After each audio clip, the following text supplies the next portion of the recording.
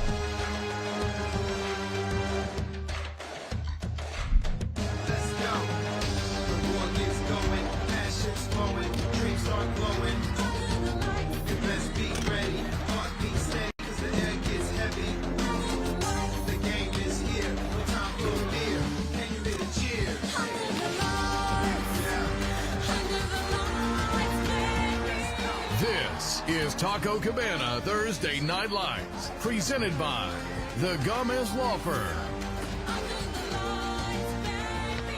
You are looking live. Virgil T. Blossom Athletic Center, Jerry Comalander Stadium, San Antonio's Northside, a huge District 27-6A battle tonight. Playoff implications on the line. It's the Clark Cougars against the Johnson Jaguars on the final game of Taco Cabana's Thursday Night Lights. Good evening, everybody. Don Harris, Chuck McAtinnick with you as always. And Chuck, tonight, this is a great one. We've been waiting for this one all year long. We were hoping when we scheduled this that we would see Ty Hawkins, one of the best players in town. He moved on, but his team did not. They only have one loss to number one Piper, and they can win the district title tonight. Elvis has not left the building. Thankfully, he is here, and boy, has that kid done a really nice job guiding these young Johnson Jaguars. But you said it, playoff implications abound, especially for the Clark Cougars. It's this simple, Don. Clark wins tonight, and they're in. There are other ways that they can get into the postseason in 27-6A, but first and foremost, they got to handle their business tonight and not hope to get some help and leave it to somebody else's devices. As for Johnson, look, they win tonight, they run the table. Regardless, they are the District 27 6A champs. Whether they lose tonight or not, that's how they pair it up in this league. So, Johnson, you feel like, doesn't have a lot to play for. However, if you talk to their head coach, T.P. Miller, he says, we are going to treat this game like it is a playoff game. There's so few games during the course of the year. We do not want to let our foot off the gas for a moment heading into the postseason. And you talked about some of these young players like Elvis starting at quarterback, who's a sophomore.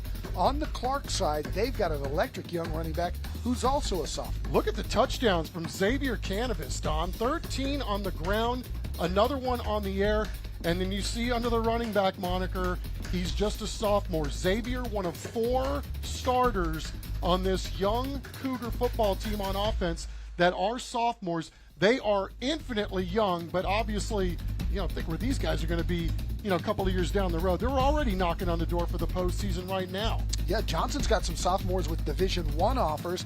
They've also got Bubba Johnson, and this guy, one of the best players in town. T.P. Miller says this guy, in his mind, is the best running back in all of South and Central Texas, and he's the one guy that doesn't have a Division I offer, but this dude is just mowing them down. I mean, look at the stats.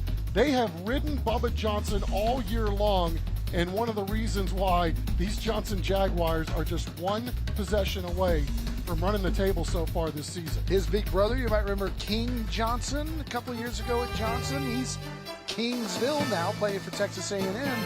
Kingsville down there. When we come back, it's our keys to the game of Clark and Johnson on Thursday Night Lights.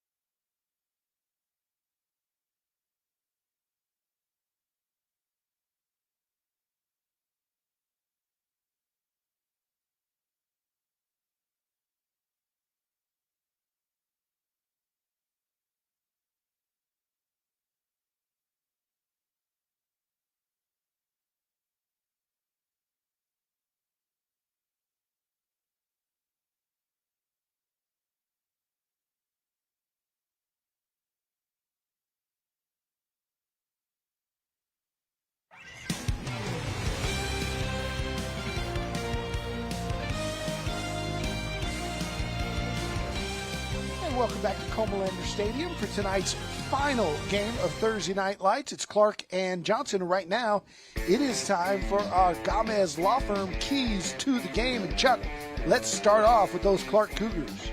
Don, every time we talk to J.L. Geist before we do one of his ball games, he gives you 20 keys to the game. So we're going to try to compartmentalize these things. We love talking to J.L. Good share. First of all, though, they want to tighten up this game as much as possible and run clock. First and foremost, though, they want to contain the Johnson running game, which we've already spoken a lot about, average 4.5 yards per pop, and then they want to be able to protect their quarterback when they drop back and throw it. Here's J.L. Geist. Every week we talk about it being about us and how we play. Don't focus on who we're playing. We know that week in, week out in our district, it's going to be a tough opponent. In fact, every week we talk about, hey, this is a big game because it's a district game, not because it has playoff implications or anything like that. So that's the approach we always take is, don't worry about what the end result's going to be. Don't look too far ahead. Don't look back. Be in the moment. Focus on now. As for the Johnson Jaguars, TP Miller. Yeah, Don, this is another team that likes to run the football, right? So we got two running squads, and so they want to make sure that they're able to do that effectively, and they've done it so far this year each and every time out. Then they want to be able to stop the run, of course, but also get off the field. The last thing they want is for the Cougs to be controlling this clock. Here's head coach TP Miller.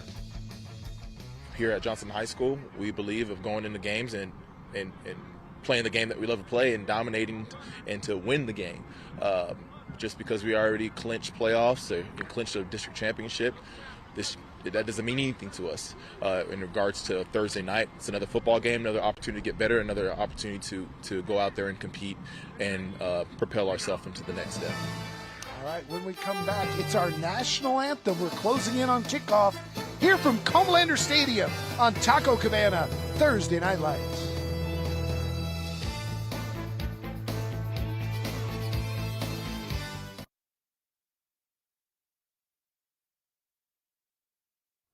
It's hats off to our heroes.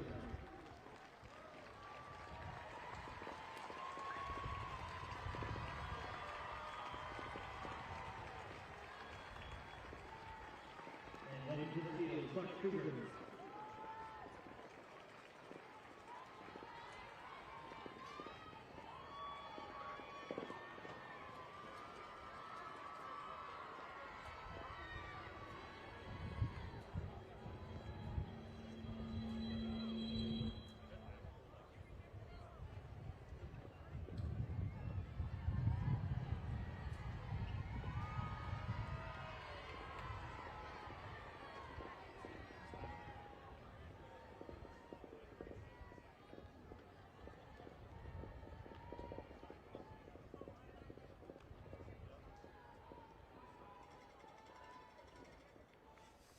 Welcome back, Comalander Stadium. As you can see, the color guard already on the field. It is time for our national anthem here coming up shortly. The Cougars just ran onto the field, and I believe we are ready to go here. So let's turn it over to our public address announcer for tonight's presentation of the colors and the singing of our national anthem.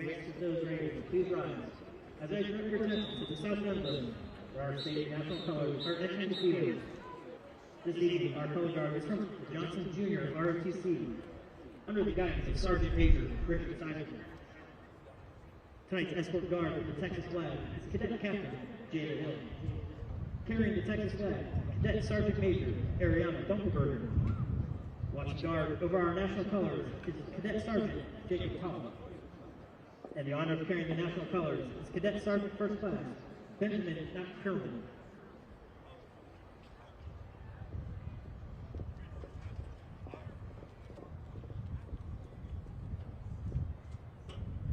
Please remain standing and remove your hats.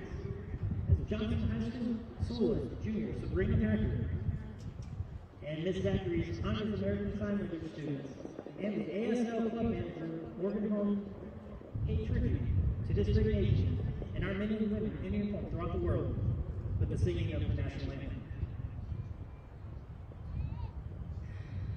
Oh, say, can you see by the dawn's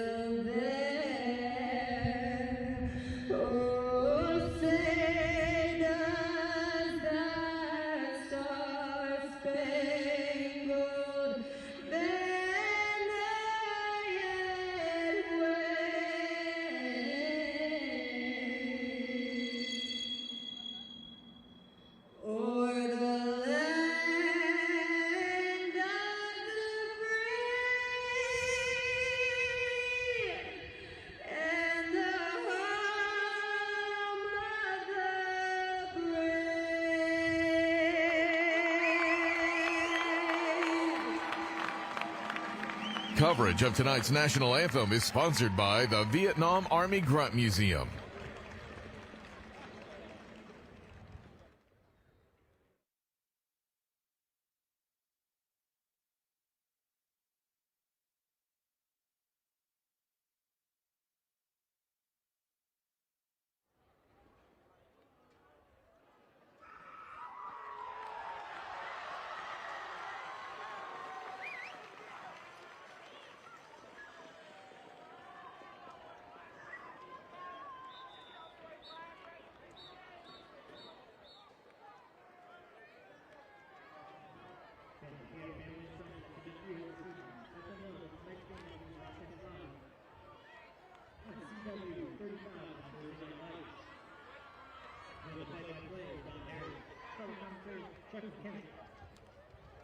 And tonight's game is also being broadcast on the Texas Sports Productions and contains views free of charge globally around the globe.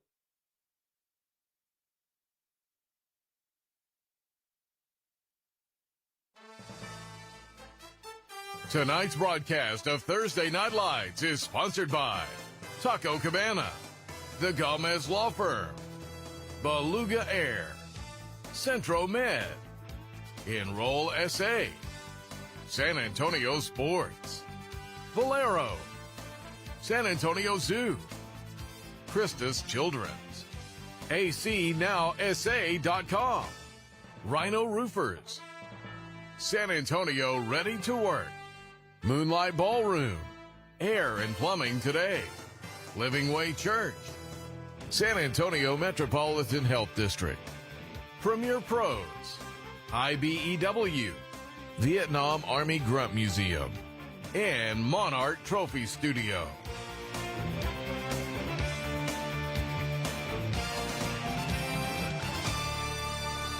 Welcome back. It is time for tonight's kickoff, our first half kickoff, brought to you by Rhino Roofers.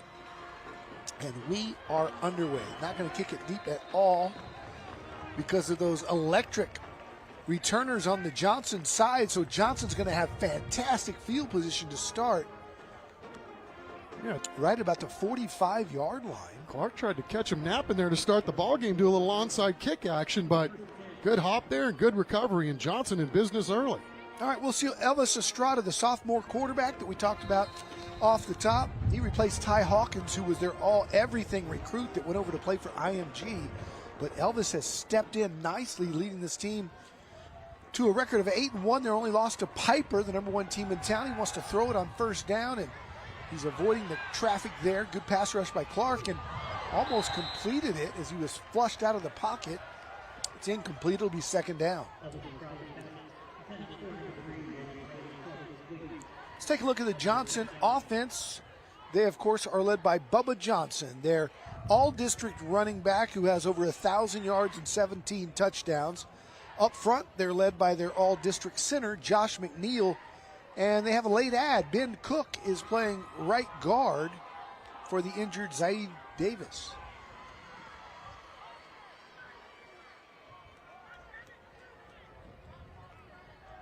Second down and 10, two receivers to the right. They've got really explosive young talent as Johnson carries for about 2.5. As we look at the Clark defense, they're led up front by Xavier Redding, big number 61 on the defensive end. And then in the back, Seven Sweats has the name of the year. And guess what number he wears? You're not trying to trick the guys in the booth, are they? Well done, Cougs. So it's third down and long. We'll call it third down and 7 here on the first possession as Johnson shifts. They'll hand it off to Bubba, who's got some yardage, but not nearly enough for the first, but they're inside Clark territory, and this is probably where they're going to go for it. They're missing Bryson Thompson. He's a sophomore wide receiver who's already got offers from Baylor, TCU, and Texas Tech.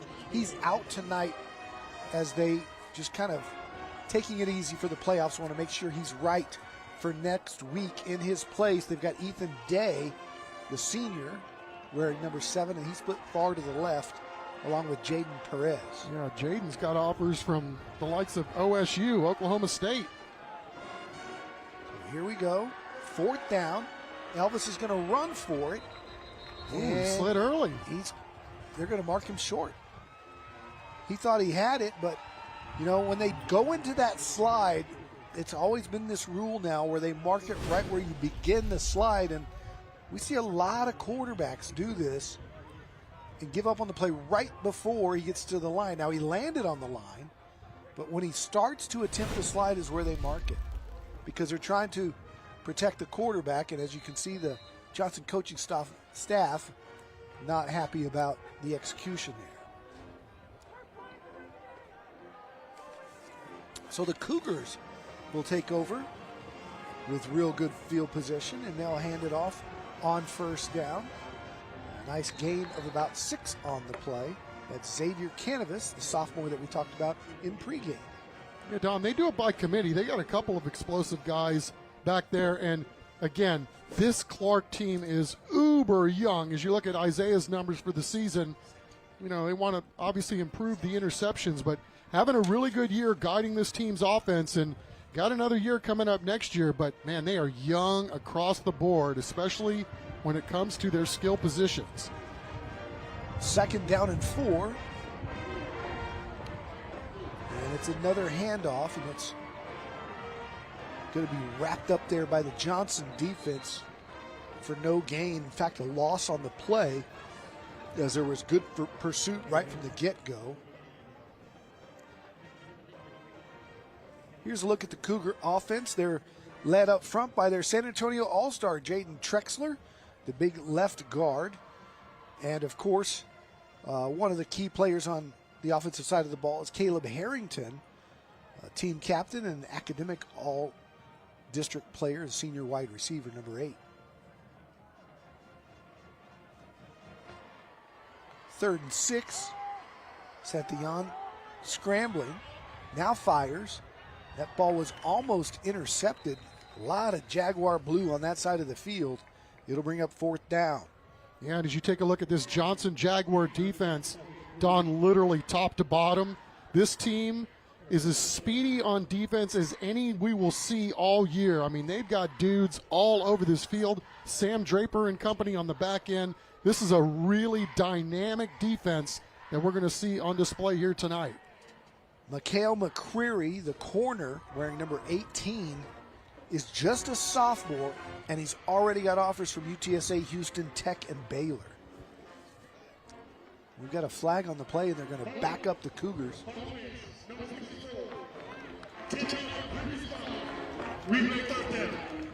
Brian Anderson and his crew are referee tonight. And it'll be 3rd and 16 now for the Cougars.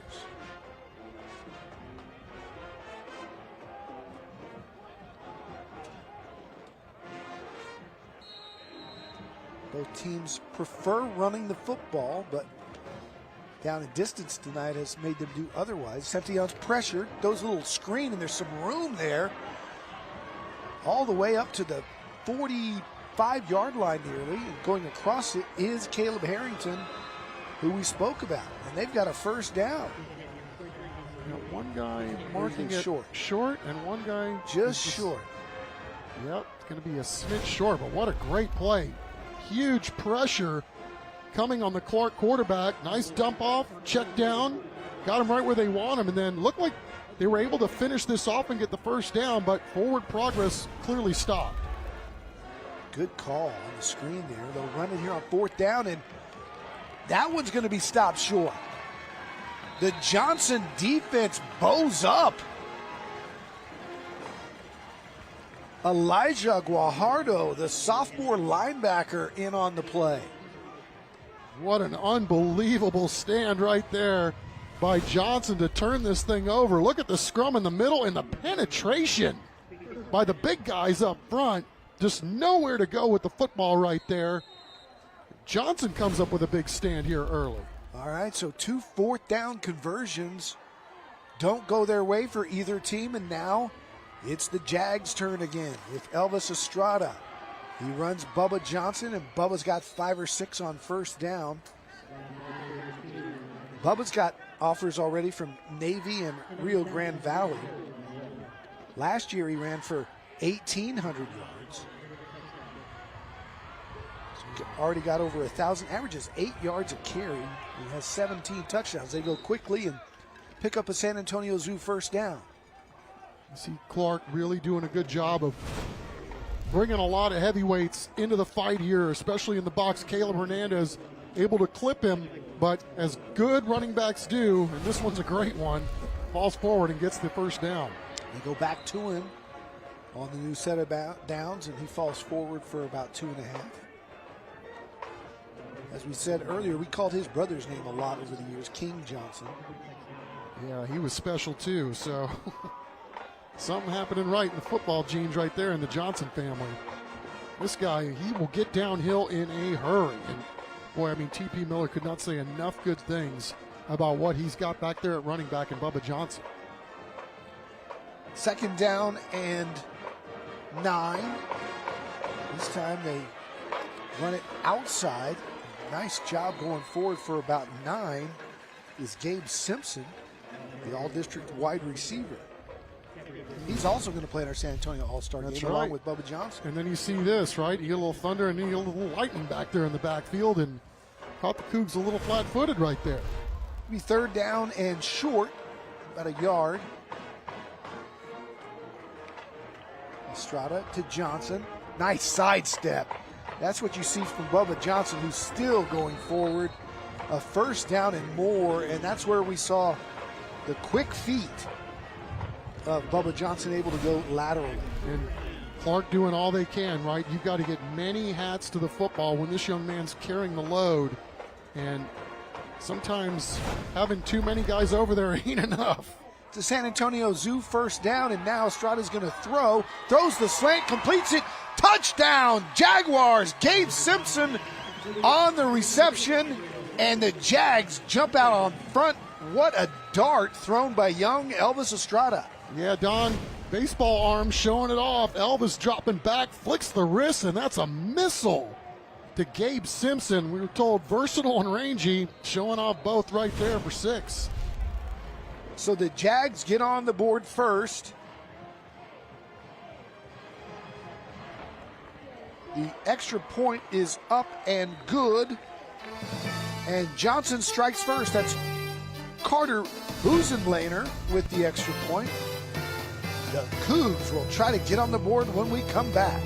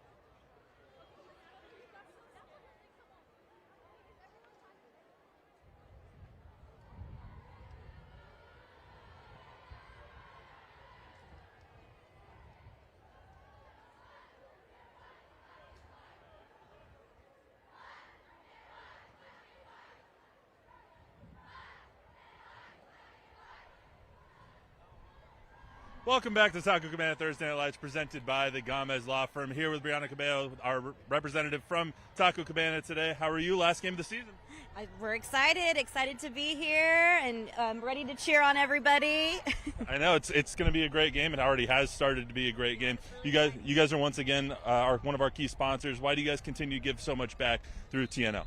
Yes, you know, Taco Cabana, we're founded here. This is our community, and we love to give back to the community, to our schools, to our veterans, to our first responders, to the community that we love serving. And this is our home, so we love being part of that. Awesome. What do you guys have cooking so far? I'm going to bring on Alan. Alan, we solicited some help today. Tell us what we got here. So this is our 30-pack of flautas from our catering. We have 30 flautas and 3 dipping sauces of your choice. delicious, great for a party, or just if you're having some family over. It's just great to pick up on your way home. All right. Yes, Dawn, I can probably eat all 30, I know. But I'm going to have one now. And are you having one with me? Oh, she used tongs. She's classier than me. Alan, should we just stick one in there for you? All right. Cheers. Last game of the season. Back up to you guys. No dipping sauce, Matt. I should have gone for the queso. That's my bad. That was a me mistake. I forget, their ranch salsa is really good. Handoff to the left-hand side, to the right of the Clark offense, goes for about 2. And you just see how fast this Johnson defense is, stem to stern, top to bottom. Aaron Brown and company floating over there to track Xavier Canavas. Again, this dude's averaging 6 per. What a season. And the fact that he's just a sophomore. Got a running mate back there that's also made a bunch of huge plays this year. Also a sophomore, Tristan Childs. Really, these guys are good, man. Really, on both teams, outside of Bubba Johnson, the best talent on the field are all sophomores for both squads. Pretty impressive, and tells you about the future for both programs going forward. Miscommunication in the backfield. Still gains about a yard. Does Canavas. Again, he's got over 1,000 yards and 13 touchdowns on the year. Just kind of ran into each other. A little bust there. You know, Elijah Guajardo and company that time. You see how physical this Johnson defense is, too. I mean, they are really crashing on the ball carrier. All points. It's 3rd down and 6.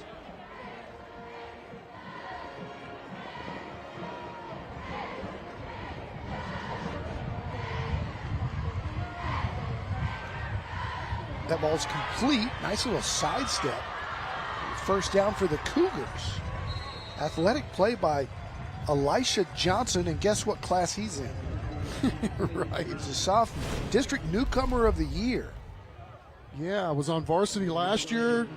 They move him around a lot, but mostly a slot guy, and sometimes they'll even get him on the backfield. But call him EJ, and he's an electric ball player too, as you see, 10 yards per. So they'll move the sticks for a San Antonio Zoo 1st down for quarterback Isaiah Santillon and the Cougar offense. 3:55 to play. They go back to Canavas. And again, he stopped. Nothing doing on that right side against the secondary of Johnson. The linebackers come up quickly. One of our IBEW local 60 player profiles is Big Jaden Trexler. And this guy is a stud. 2-year Letterman captain. He's on the Leadership Council, National Honor Society, academic, all district, and he's going to play in our San Antonio Sports All-Star game as well. Yeah. Outstanding young player. Absolutely. And, you know, they say, you know, check the guy's grades every week, and this guy right here just grades out top notch every single week. 2nd down and 7. Santillon on the boot. Wants to throw. Now he's going to keep it. And he's still fighting for yards, and he's near the stick, but he's going to be short. It'll be 3rd down. And looks like about a full. No, they're moving the sticks. This is just a really good play right here by Isaiah Santillon. I thought he was going to check it down, but obviously he trusted his feet to be able to move the change right there, and that proved to be the right decision. A couple nifty, nice moves, and sticks his nose down there at the end and able to just barely pick up the sticks for the 1st down. All right, so San Antonio Zoo 1st down for the Cougars.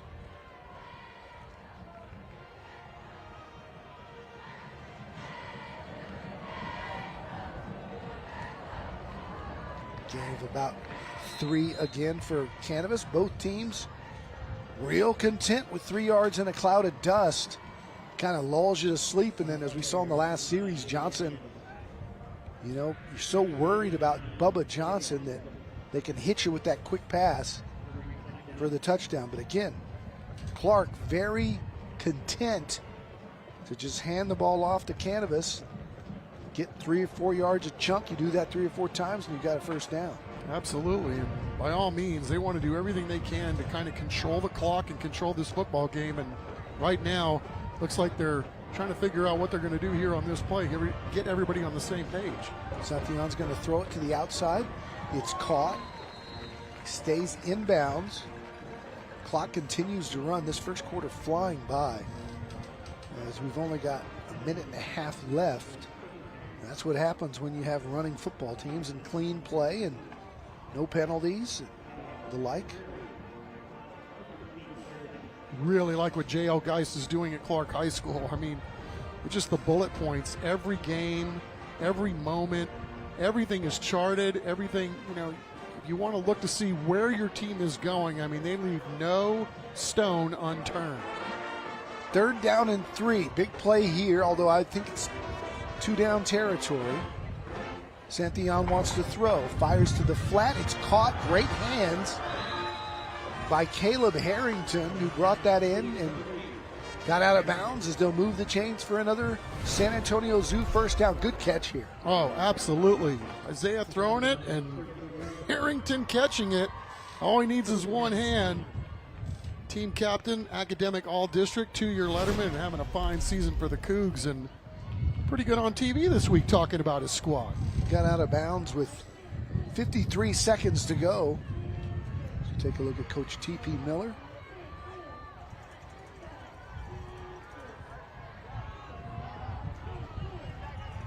Santillon with 4 wides, 2 to each side, brings a man in motion.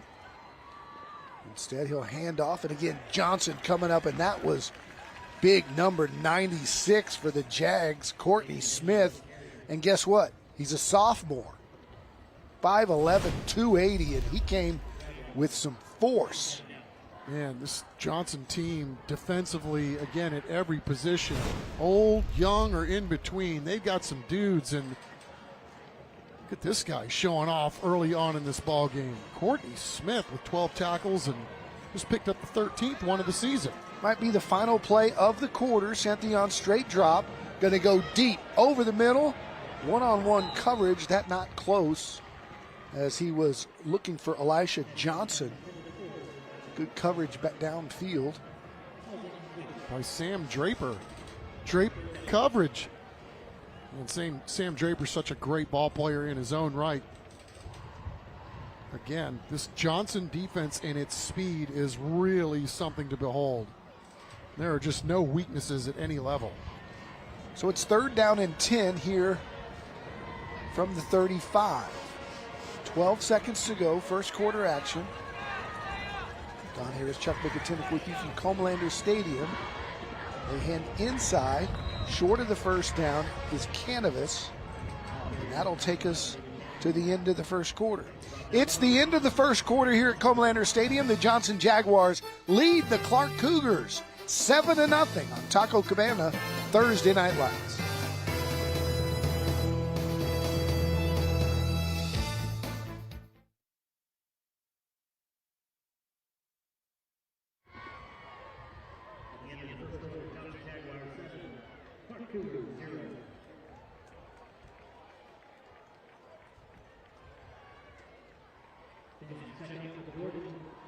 Georgia Ford, Postgame.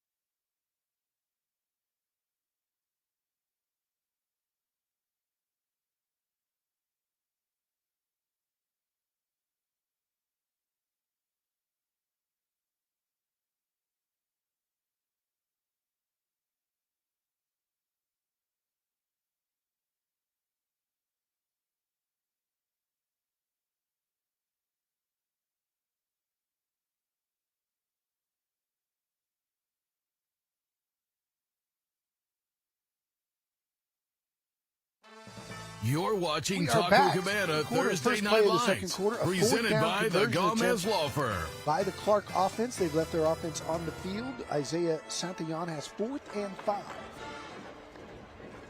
And he looks right, throws that way on the slant, completes it.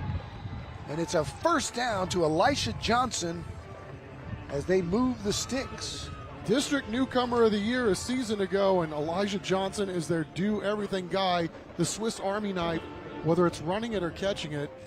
You obviously want to try to get this guy the ball in space, but a huge play on 4th down and a great job executing by these Clark Cougars. Don, I think if they were on the other end of the field, like if this was the end of the first quarter, I think they may have kicked that field goal. Their kicker, Jack Height, is elite, but with the wind sort of in their face, going from left to right, I think that was the wise call, and obviously it worked out well for the Cougs. First down and 10. Canavas to the outside, breaks a tackle, gets to the 20, inside the Citramed red zone, down to about the 17. I want you to watch big number 66 throw a block. Isaac Gillet, 6'2", 239.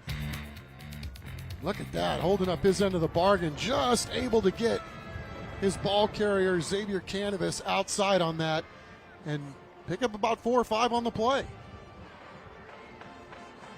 So that'll set up 2nd down and 6 for the young quarterback, Isaiah Santillon at the Clark Cougars. 2 split wide to the right, got a slot over there as well. Now he looks to run it himself left, breaks a tackle to the 10, to the 5, and inside the 5 to the 3-yard line is Isaiah Santillon. Nice little stop and go play, just drops back, acts like he's going to throw it, sees a crease, and then gets upfield, taking on all kinds of tacklers right there too. Well done. So it's 1st and goal for the Clark Cougars inside the Johnson 5. We'll call it the 4. Here's Santillon to Canavas, dances to the 1. Did he get in? He lost the football. They're going to say he's down. The umpire saying he's down. They're going to mark him short. And Johnson now says they have the football, and the umpire has been overruled by the head linesman. They're going to talk it over. Johnson thinks they've got it. Here's the referee, Brian Anderson, with the call.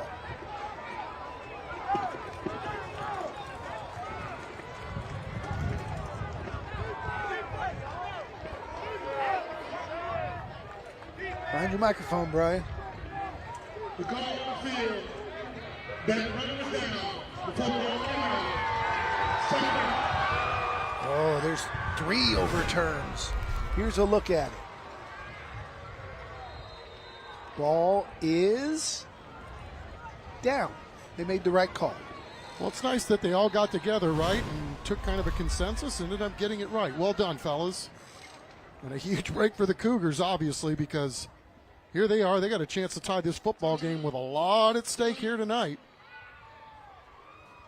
Yet right at the 1-foot line, his elbow hit the ground. The ground caused the fumble, and the umpire was right on it. Michael Finn was right on it. He called it down from the get-go, and the head line judge ran in, was going to overrule him, but you know they have no replay in high school football, which puts them at such a difficult position, because how many times do we see calls get overturned?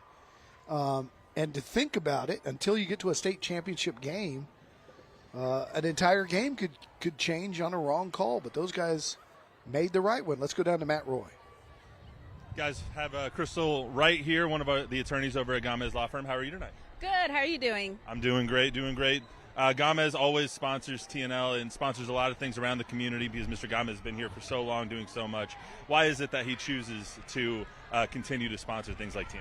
First of all, thanks for having us out here tonight. As a Clark Cougar alum, I always love coming out and covering this game because I kind of feel impartial, so I'm really happy to be here.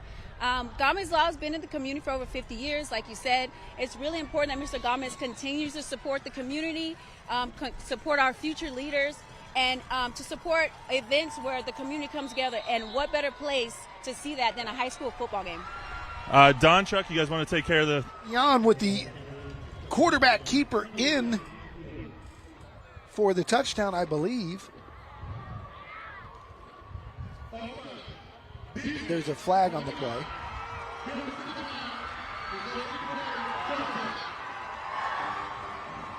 So it is a touchdown. They'll decline the penalty, and they'll come on to kick the extra point. Matt? So you were saying there's a lot going on at the Gomez Law Firm. Tell us a little bit about what you guys got going on right now. We got caught up in the action there for a second, huh? No, tie game now. We got it. Yeah, our Cougs Go scored. Cougs. This is Mr. and Mrs. Gomez's favorite time of the year, the holidays. So keep a lookout. We'll be participating in turkey giveaways and food drives. And then around Christmas time, we'll be participating in toy drives and toy giveaways. We'll also have a donation station set up at the office. So if you see us out at these events, come by and say hi, because it's really important that the community knows that we're always there if you need us. And to remember, not only does Gomez Law fight, but Gomez Law cares. And they win, too, so that's good. Back up to you guys for the action.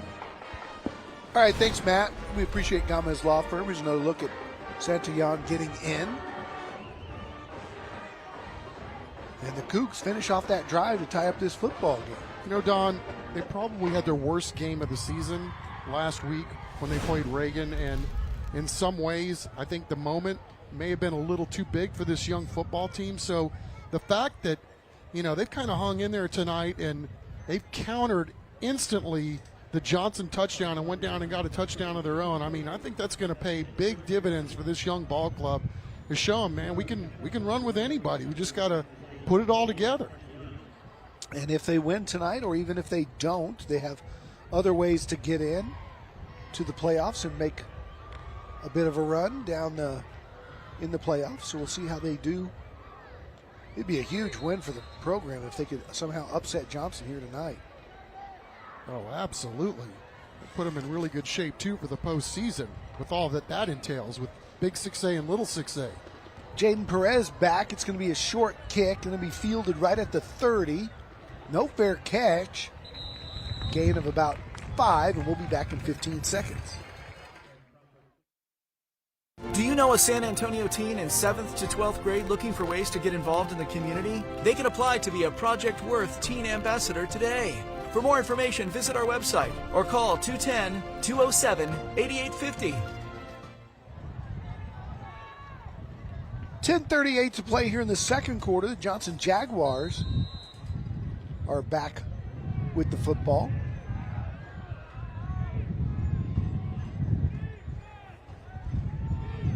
First down and 10.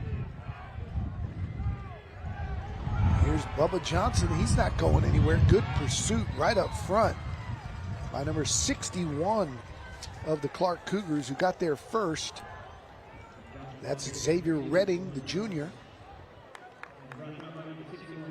Xavier on varsity last year. Again, they're just so young. Every single place on this field, man. They got a bunch of sophomores playing on defense, too. Second and 7. Little pitch to Bubba. Again, he's got 2 or 3, and there's some hitting going on down there tonight. Zeke Sarita, the sophomore, we were just talking about, you know, he had junior on the last play, he got 95 the sophomore, and this guy's already got 6 TFLs on the season and 7 QB pressures. Certainly looks the part. Not the part of a sophomore, I will say, though. Big fella. Third down and 5. Elvis. Straight drop. He's pressured. He gets out of it. He's tackled, but it might be a horse collar. Did he flag? 44 reached out and got him by the back of the jersey, but no flag. It'll set up 4th down. Yeah, Kanan Canubule coming in there and roping down the quarterback after Elvis was able to escape the initial pressure. 4th down, here we go. Clark's defense making a little bit of a stand right here. They're going to punt it away, but first check out our Moonlight Ballroom Smile Cam, sponsored by Moonlight Ballroom. San Antonio's premier venue for all quinceañeras, sweet 16s, and graduation parties. For more information, visit moonlightballroomsa.com. Here's the punt away for Johnson, and that's a good bounce all the way inside the 5, and they're not going to get there. It's going to be a touchback, but wow, with the roll, that could have been really special. All right, when we come back, we're all knotted up. 7-7. It's Clark football trying to take the lead when we return.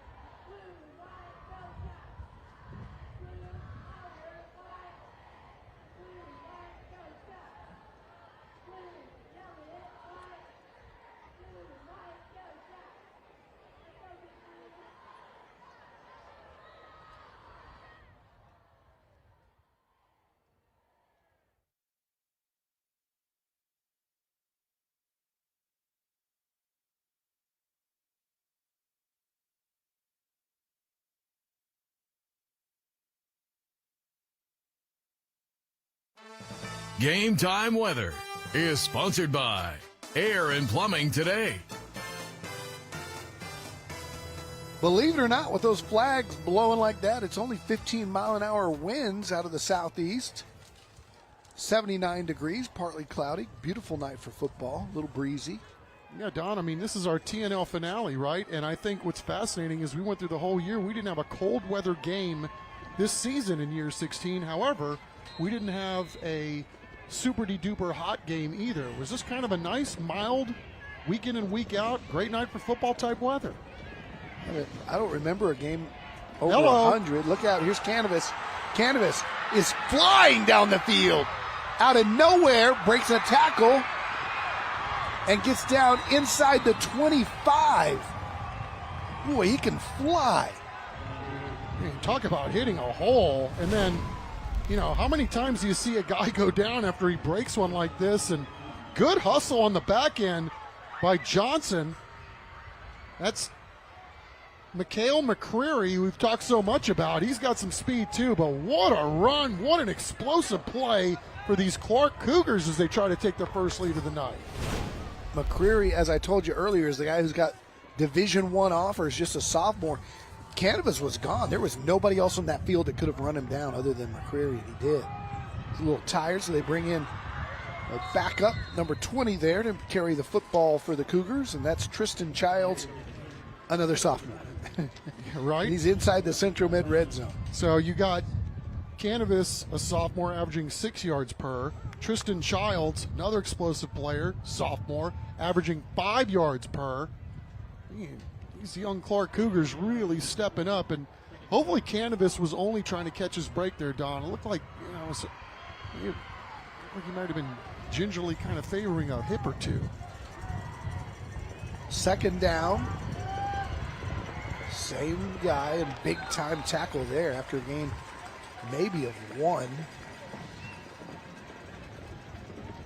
Elijah Guajardo making all kinds of plays tonight for that Johnson defense, and as we've talked about too, it's going to be like we need to just stop saying it unless somebody other than a sophomore makes a play. That's exactly right, but man, just flying around these Johnson defenders. I mean, they just pop off the screen, and glad to see 25 back in there. Having a night already. Canavas, 12 carries for 84 yards. Clark knocking on the door again inside the Central Med red zone. It's 3rd down and 5.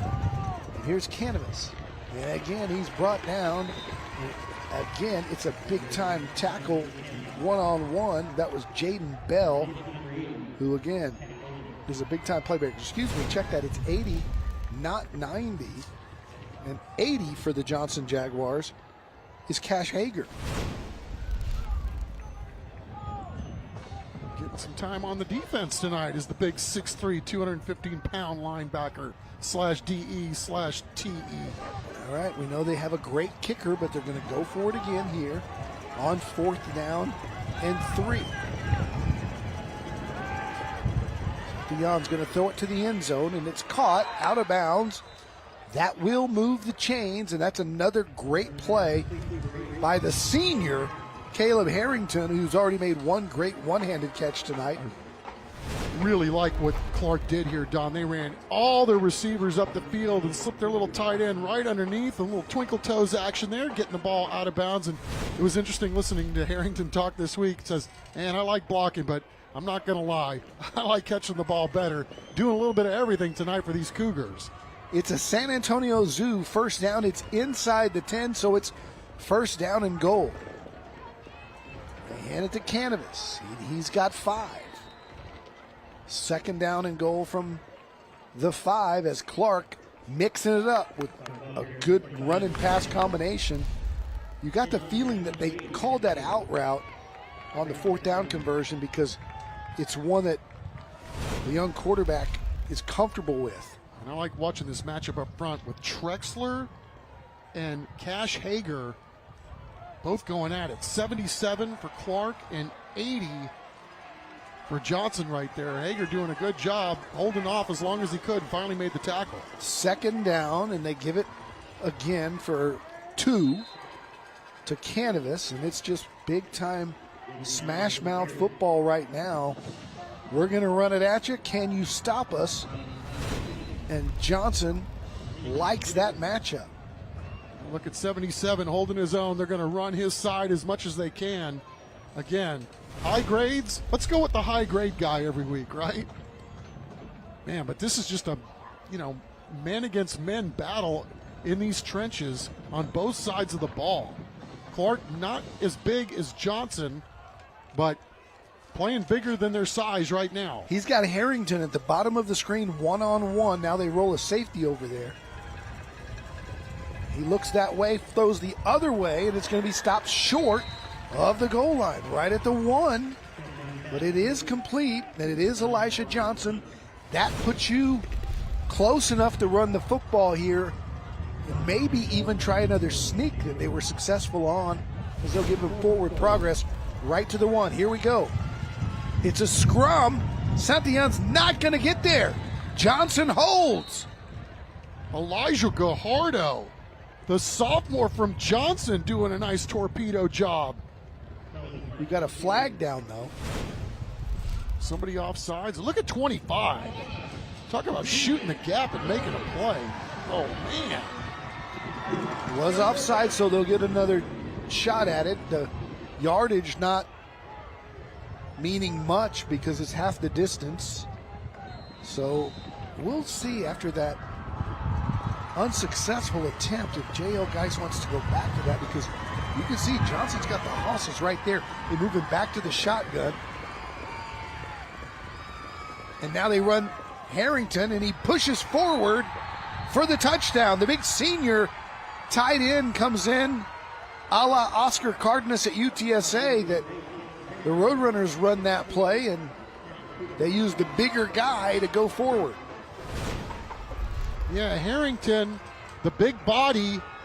We talked about liking to block and liking to catch more, but hey, I bet he's going to get used to running the football too if he can get that every single time. Got a little assist from Canvas, who came up and gave him a little bush push. And the Clark Cougars have now gone in front of Johnson. 4:13 to play on Taco Cabana Thursday Night Lights.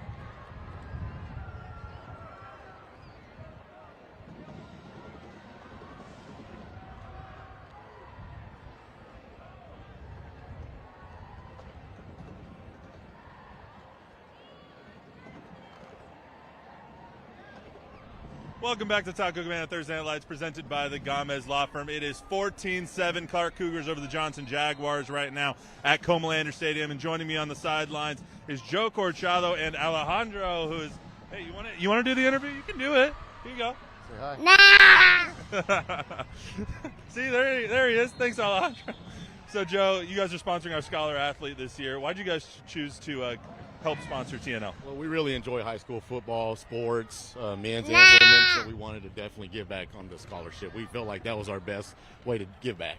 Joe, it took us 10 weeks to get Alejandro to talk, but we finally got it.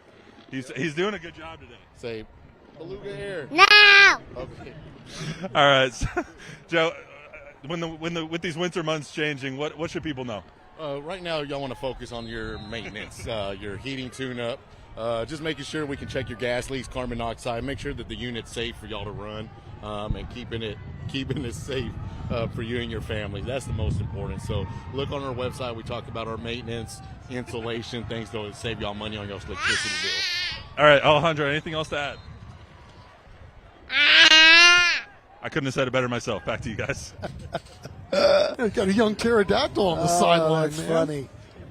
Have him up in the booth. Help us call the game. Appreciate Joe and Alejandro. Been here all year. Here's Bubba Johnson on the carry. Clark's done a good job of keeping him in check. He's getting his yards 3 at a time, but hasn't had that big explosive yet. That could happen at any time. Just a warning. I mean, that's the thing when you've got such a talented core of, or a talented running game like Johnson has, right? I mean, you can do all you can play to play, and then every now and then they're going to pop one. You just got to make sure you keep everything in front of you. And speaking of that, man, what a great throw by Elvis Estrada. Clark keeping everything in front of him, and he still completed the ball on the sideline. Yeah, Ethan Day on the reception. He's in there because Bryson Thompson's out tonight. That's a good throw and catch. There's Bubba Johnson. Did the ball come out? It looked like it did. Big hit. He kept it. Yeah, your guy, 7 Sweats. Big collision there. Lauren Johnson, the all-everything running back for these Johnson Jaguars, getting a full load tonight. They fake it to him. Throw the football over the middle. It's caught again on that slant. To the 20, to the 10. Second touchdown of the night for Gabe Simpson. How in the world did Elvis Estrada complete this pass? Big time arm. Look at this. And what a thread of the needle. Gabe Simpson showing out tonight, too. 2 tough catches with the velocity of those throws. The extra point is up and good, and we are all tied up with 2:53 to play. The Cougs will get it next.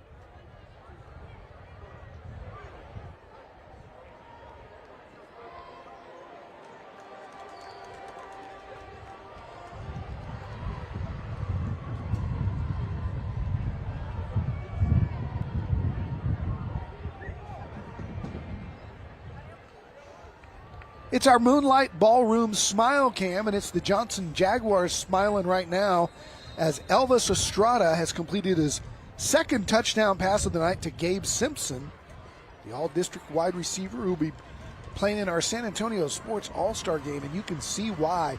What he does after the catch, pretty special.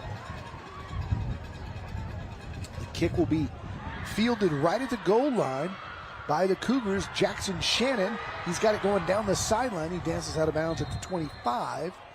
And the Cougars will have 2:45 to see if they can do something with it here. There's a flag on the play, as you see.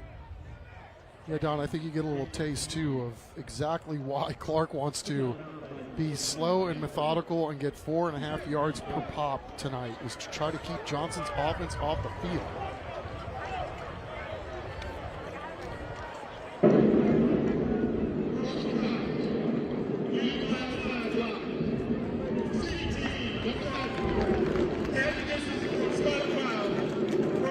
That's certainly no way to start a drive, huh? We'll back you up half the distance after the blind side. And there's your guy, Caleb Harrington, the tight end, who's, man, he's done it all tonight. A couple of great catches, big-time fourth down conversion, and then runs in there, takes a snap for quarterback sneak. And he's a hooper. Gotta love that.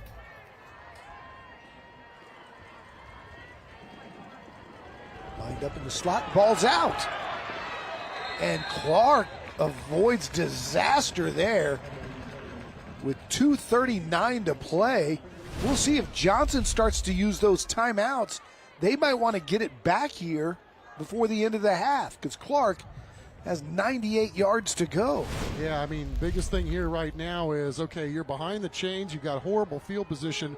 What can you do to the best of your ability to erode clock?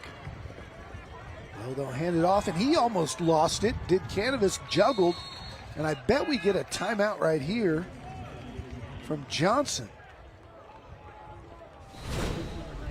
We do. TP Miller signals. They'll stop the clock and try to get this football back. They could get this ball back at the 30 or so with about a minute and a half, 2 minutes to play. Well, Clark has played pretty much the perfect first half here. That's why you see the score at 14-14, but man, they have really been the beneficiary of catching all kinds of breaks here in the first half, whether it's keeping control of the football or even when the ball was ruled a fumble by one of the refs, they were able to retain control of the football, which they were luckily able to do.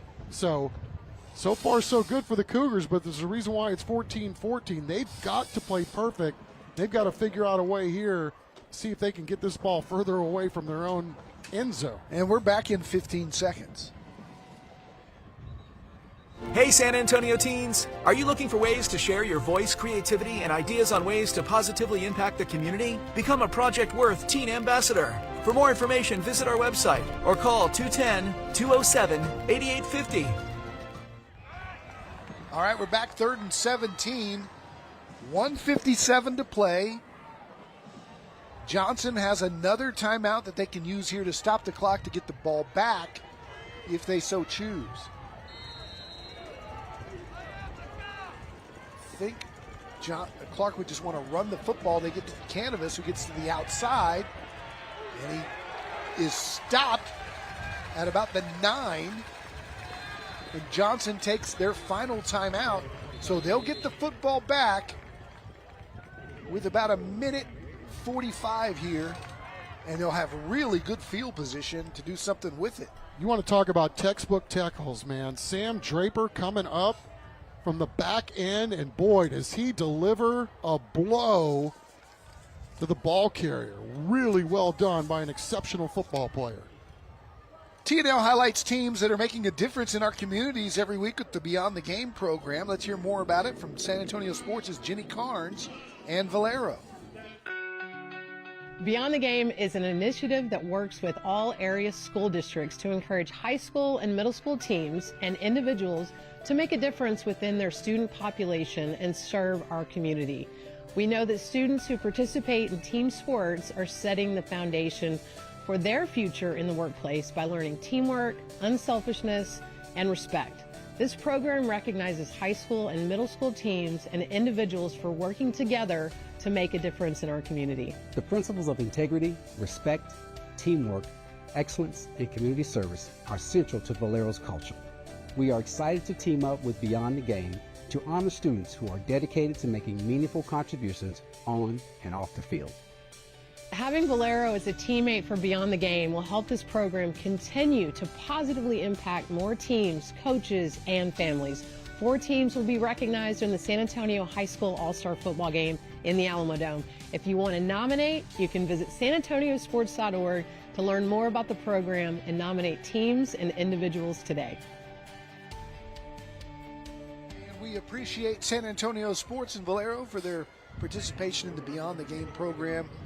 Great to see every week the good that's being done in our community by those middle school and high school teams serving the elementary schools and more. All right, so here we go. 4th down and 11. 1:49 left. Clark gets the punt off, but it's a shank off the side of the foot. Out of bounds at about the 29, so Johnson will have no timeouts left. But they'll have 1:42 to go. They get a chance to run their 2-minute offense to see if they can take the lead here before halftime. Well, obviously time not much of a concern right now, and just a really bad sequence there for Clark, not only on the kickoff with the penalty, then he had a couple of plays where you couldn't find the ears or had a hard time hanging onto the football, and then you need something special to happen on your special teams, and you get a punt that goes off the side of the punter's foot. So Johnson, all of a sudden, you know, you're down 7 and you're thinking, okay, they're going to have to try to score quick to get back into this football game. They may have a chance to score twice, now take the lead. So they'll hand it to Johnson on 1st down. Finds a seam. Bubba Johnson's got a good chunk. There's a flag down, though. Let's see what that ends up being as they stop the clock momentarily. All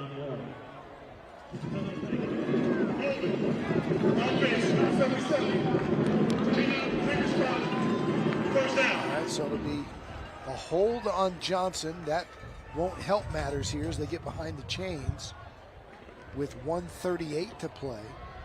Bubba Johnson, though, I know that's a penalty and it came back, but man, his ability to see a hole and then get to said hole in no time flat is really something to behold.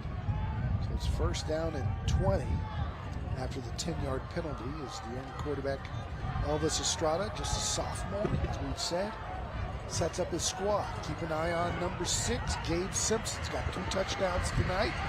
He's going to boot out to the left, and he's going to be pressured. Good pursuit there. Stop the clock. It'll be 2nd down and 20 with the incompletion. Yeah. It was Dom Moore. Sure was sophomore Dom Moore. Linebacker getting in there to pressure him. Yeah, it looked like he was going to make a beeline to the quarterback, was still able to break down and put pressure, and obviously made that play himself. So the Johnson coaching staff tested with a 2nd and 20 and 2-minute offense here. See what kind of tricks they have up their sleeve here. They're going to throw back to Bubba Johnson on a screen. He dodges one tackler. Look out. Johnson's across the 20, inside the 15, down to near the 10-yard line. And best yet for Johnson fans, he got out of bounds. Now, what a great play call here. I'm thinking, man, this isn't going anywhere, right? I mean, the thing was up there forever on the screen, but these young Cougs trying to get to the backfield, put pressure on the quarterback. Couldn't quite get home, and then on the back end, Johnson's got it all set up with the big boys pulling downfield. And just like that, Johnson picks up a key 1st down. Say he stepped out at the 12-yard line. They go back to him. He's inside the 5, pushing forward to about the 2. Clock runs, no timeouts, but they've got plenty of time here. Yeah, Diaz and Abrego on the right side of this Johnson line just completely collapsed their end of the field, and all kinds of daylight there for Bubba Johnson to run through as we wind down here well inside a minute. They roll up 2 defenders over at the top of the screen to Simpson. They'll run Johnson, and Johnson bulls his way in. Touchdown, Jaguars. They take the lead with just 28 seconds to go in the half. Really job managing the clock here by the Johnson Jaguars to end this first half. Mercy, they get 14 points late to jump back out in front of this football game. Well, it's all set up because of Bubba Johnson on the screen pass. They're running their big dog, and he delivered for him here near the end of the first half. The extra point is up, and it is good, and the Jaguars lead it 21-14.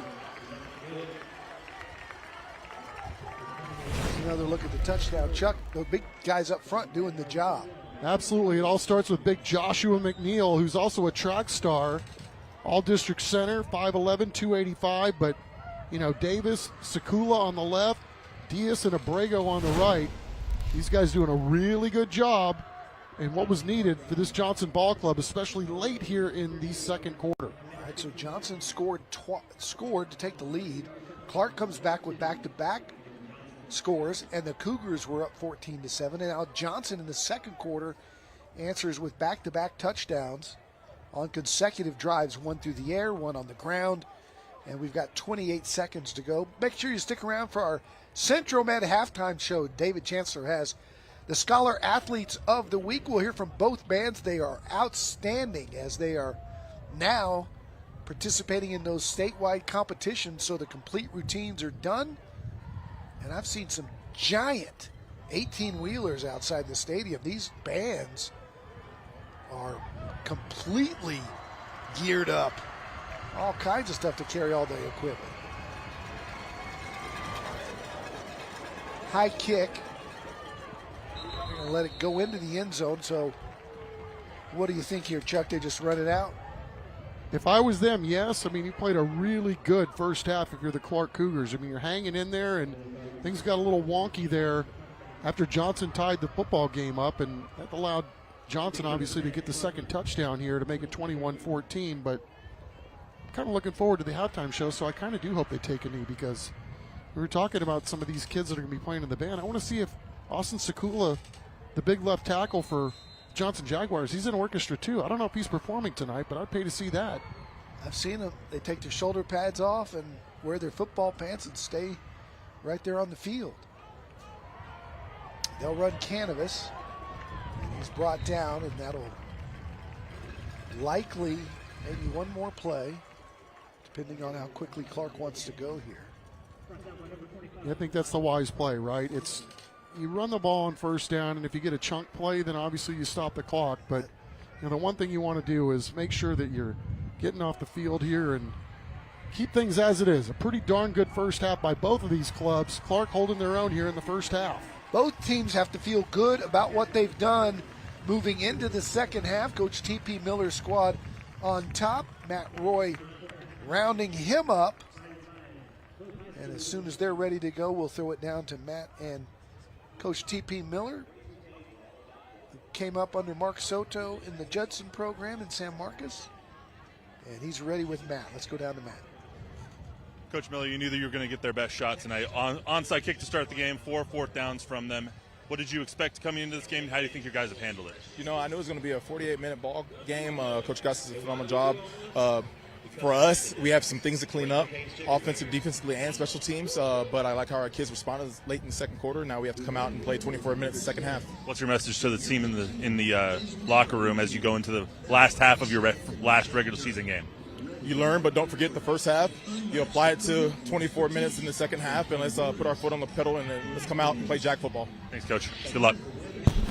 All right, when we come back, it'll be our Central Med halftime show. The band's performing on the fields, the Scholar Athlete of the Week. Matt Roy is back with the Central Med halftime show when we come back on Taco Cabana, Thursday Night Lights.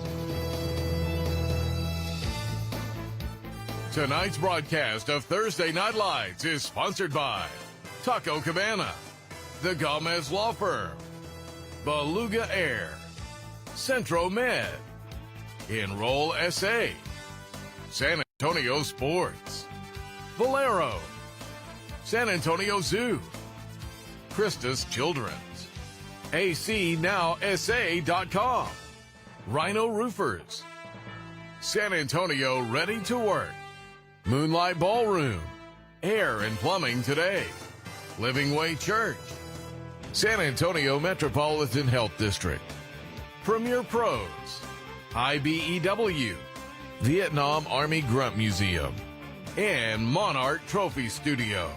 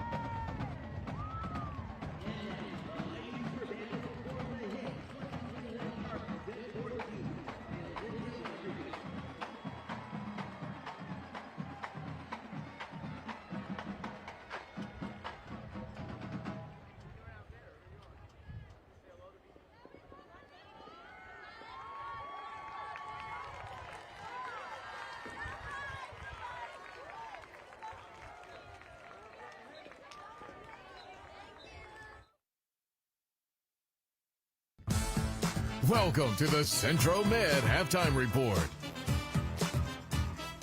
Welcome back to Taco Cabana Thursday Night Lights, presented by the Gomez Law Firm. Beautiful night for some football here at Comalander Stadium. The Johnson Jaguars leading the Clark Cougars right now 21-14 with district and playoff implications on the line. Right now, the Clark Cougar Marching Band on the field. We spoke to their band director a little bit earlier this week. Let's take a listen.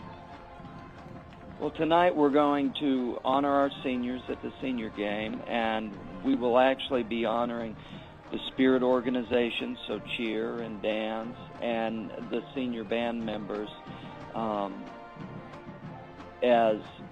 during the halftime. So we do a special, I guess, mini show every year that honors them and puts them down front so we can thank them for all of the years of service. My senior class is very small but mighty, and they've been a good group because the band makeup is very young, and so they've been a great anchor for us.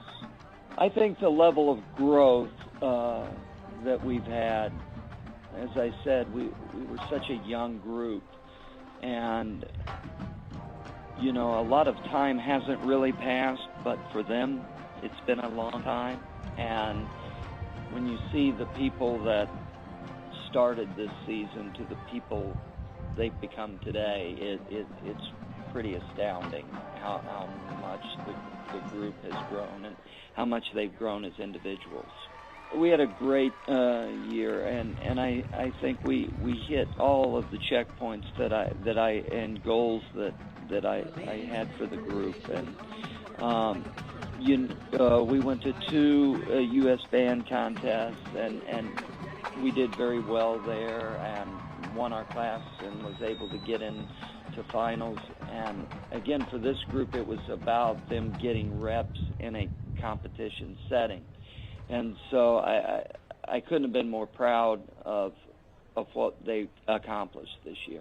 I've got a great staff, Jacob Aguado, Ben Goskowski, my 2 assistants. Tina Burke does the color guard. And I've got a great booster organization and all of those people that work behind the scenes to make sure that the kids are getting water and, you know, all the props are coming out and loading band equipment. The administration here at Clark, Mr. Steve Zimmerman and all of the administration and how much they support the band and support what we do. None of this would be possible without any of those people. For the penultimate time this year, it's time to vote for the Christian Children's $5,000 band grant. To vote for the Clark High School Marching Band, scan the QR code on your screen or visit cw35.com/station/contest. You must be 18 years old and live in our viewing area.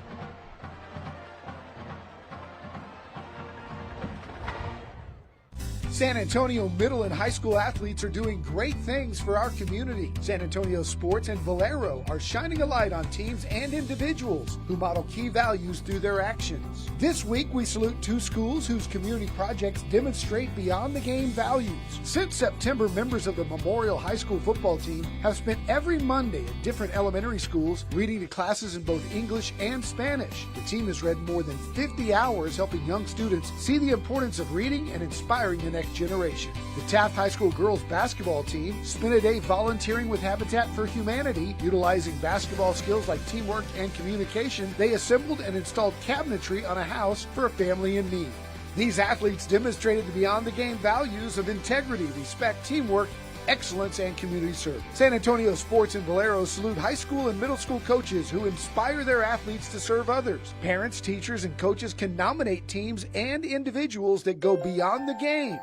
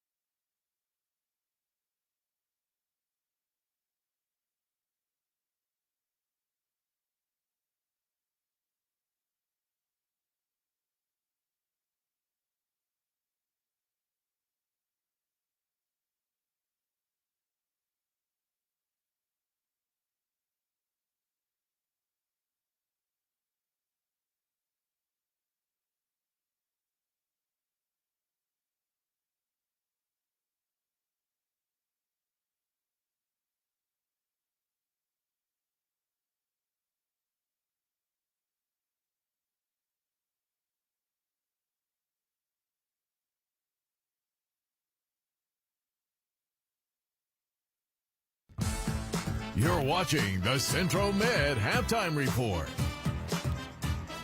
Welcome back to the Taco Cabana Thursday Night Lights presented by the Gomez Law Firm halftime show here at Comalander Stadium. Johnson leading 21-14 over the Clark Cougars, and the Johnson Marching Band is on the field right now. Let me tell you a little bit about them. The Claudia Taylor Lady Bird Johnson High School Marching Band opened in August 2008. The band program has grown to more than 300 students now. The band is under the direction of Robert Lozano, Julia Donnell, Bethany Smith, Gordon Hanty, Chris Hartman, and Chelsea Arenas. They've established a reputation for quality, innovation, and excitement. The band has become a consistent finalist at Band of America Regional and Grand National contests and has advanced to the UIL State Marching Contest 5 different times. They also won the 6A State Marching Contest in 2020. Let's listen in to these winners.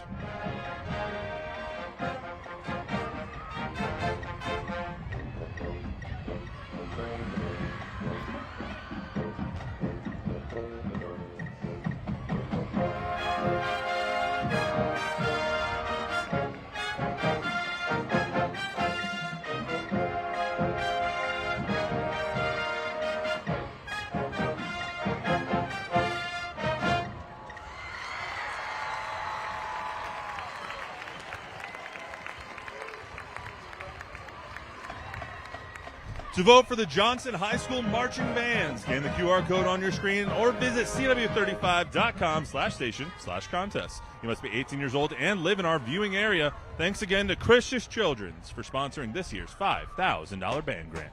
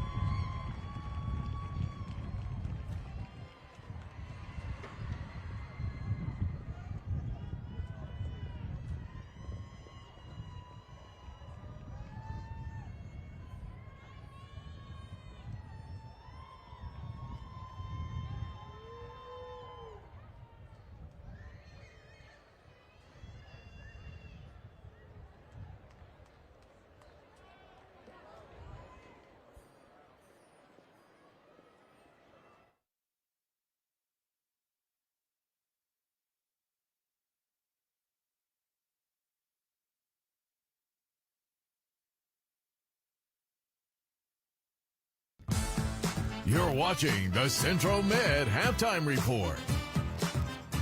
Welcome back to Taco Cabana Thursday Night Lights, presented by the Gomez Law Firm. Our final week for season 16, and it's that time of the week again to introduce you to this week's Scholar Athletes that we always give you here on TNL. And at the end of the year, our sponsor, Beluga Air, will present a $10,000 scholarship to one of the students that we feature this year on TNL. Our David Chancellor introduces us to this week's Scholar Athletes from Johnson and Clark. Johnson senior Ava Castillo eats, sleeps, and breathes volleyball. It's something that I've just loved doing for like the entirety of my life, including that I'm committed to go play in college. So it's something that I really hold dear in my heart. She's a 3-year varsity player for one of the best teams in town who's not done with the sport just yet. Where are you going to play? I'm going to play at Juniata College. It's up in Pennsylvania. A college athlete. How does that sound? Honestly, that sounds great. It's been my dream since I was really little. She chose volleyball over playing the viola, even though she was first chair in the school orchestra and won all region honors.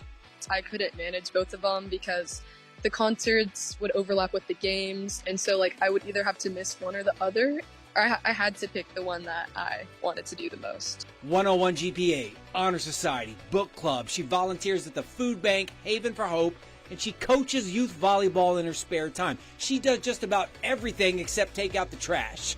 Oh wait, she does that too. We have a shortage of custodians, so I really just love going around the school picking up trash because I know it's really hard for our custodians to get around everywhere. Clark's Caitlin Ogden is a name to remember. In the future, she will either fix something, cure something, or create something, but either way, she will lead. I think that true leadership means supporting others' growth, recognizing their potential, and empowering them to bring unique strengths forward.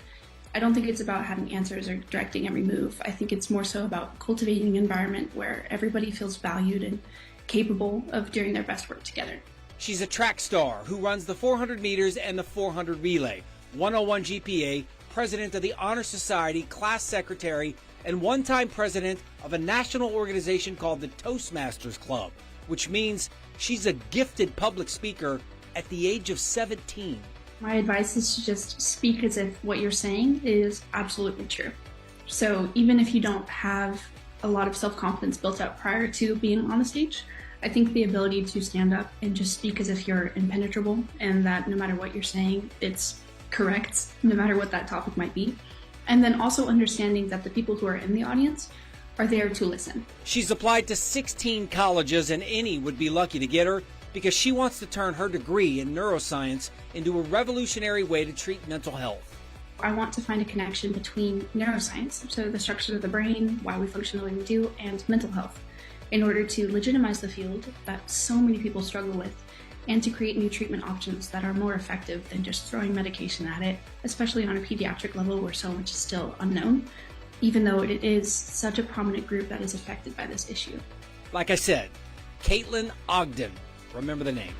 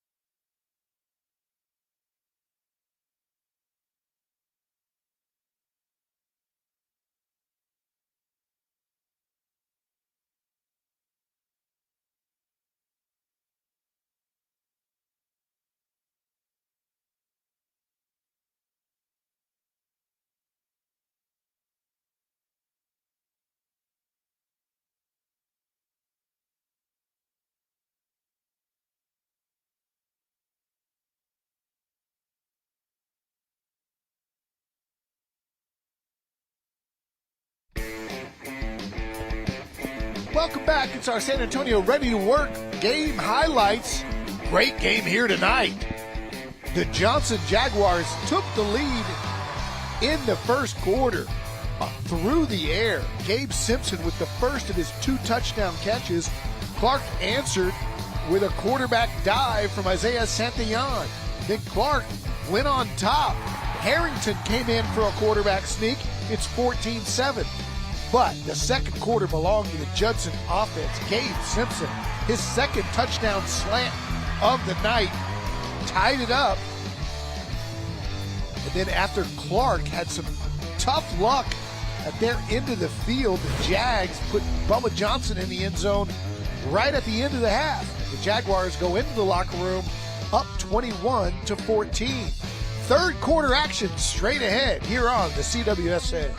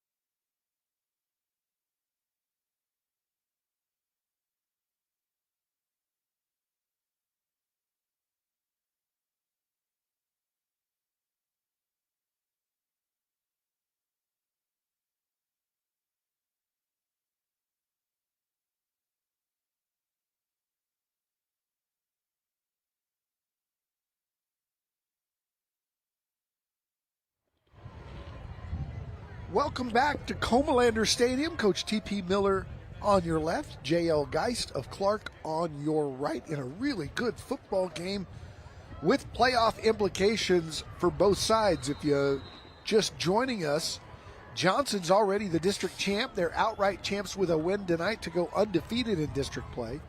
Clark has some different scenarios. If they win tonight, they're in as we get ready for our Rhino Roofers kickoff. And if they lose tonight, it gets complicated, and Chuck's going to run that down in a bit. Here's the kickoff return. Taken at the 5 and getting outside across the 30. One man to beat. What a great return there all the way down to the 40-yard line. And that's the young man that we've already seen tonight with blazing speed, Elisha Johnson. Let's go down to the sidelines of Matt Roy.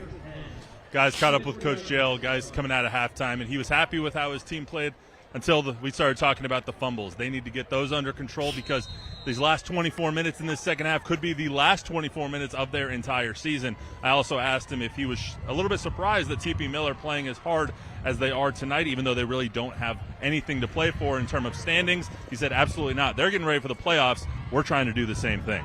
All right, it's the San Antonio Zoo first down. And a quarterback keep there on first down. It picks up about 3. So, Clark, Chuck, how can Clark get in if they lose tonight? Well, they would need Brandeis to lose to Reagan, so it's kind of wonky, right? You've got Churchill, Clark, and Brandeis all duking it out, those 3 teams for the last 2 spots. So, Churchill beat the Cougs in the Gucci Bowl, but the Cougs beat Brandeis. So, basically it comes down to this. It's Clark gets in if they win. They also get in if Brandeis loses to Reagan. But if Brandeis beats Reagan, they are in. Brandeis is in if they beat Reagan. Correct. I'm sorry. What did I say? You said they. I just would. Okay. Just Yes. double checking. Yeah. All right. So, get your pen out, write it all down, and you'll know tomorrow night. Yeah, the simplest form here, though, is win and in. Because if they win, Clark, Don, would be the 1 seed in Little 6A coming from their division. So playoff positioning at stake, too, for these Cougs. Yep, there's a lot to play for the Clark Cougars tonight. It's 3rd down and 7 for their quarterback, Isaiah Santillon here. He's pressured. He's going backwards and makes the smart play to just throw it into the ground and set up 4th down. And I would think they would punt it away here. And we see the kick team run on here for JL Gotts. Play it a little safer, back them up, see if you can get off the field and have another crack at it. Chuck, Don, just to update you guys on some of the scores and scenarios that Chuck was just talking about. Churchill is currently beating Lee right now 49-0. If Churchill wins and Clark loses, then Churchill would get into the playoffs. Also, some other scores we're keeping eyes on. Sotomayor beating Harlan right now 27-15. Soto would be the second seed in that district if they win. John Jay beating Southside right now 25-3 over at Gus. Lanier beating Burbank 14-zip. And Piper going to end up undefeated this year, most likely, up on Bernie Champion 49-17. All right. What a program brewing up there off Borgfeld Road. Piper Warriors. The #1 team in the TNL top 10 most of the year after a long playoff run last year with Jake South, quarterback, our offensive player of the year. This year they've got Caden Keith, and those guys, man, I think Piper's putting a program that could be Westlake, Lake Travis, DeSoto type state power for years to come. They're a brand new school, and they've got talent and they've got resources, and in just a couple of years they've really put it together. We saw Johnson's in our top 10, and they got 1 loss on the year, and it came to Piper. So some quality wins along the way, not just all padding their stats.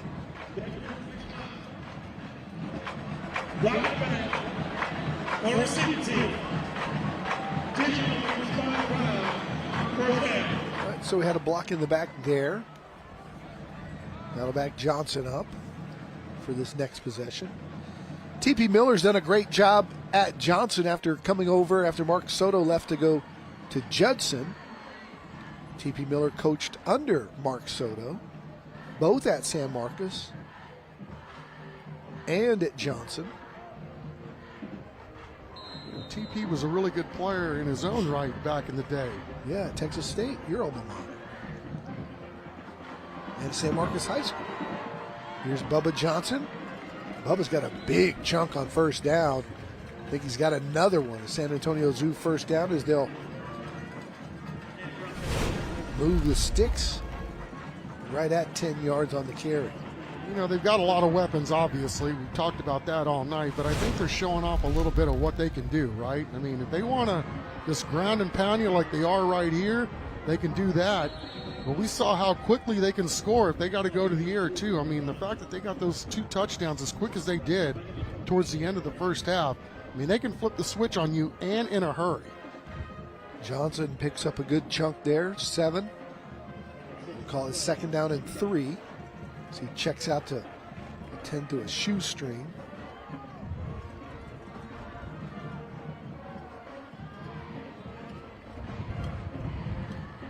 Jags may be changing this play.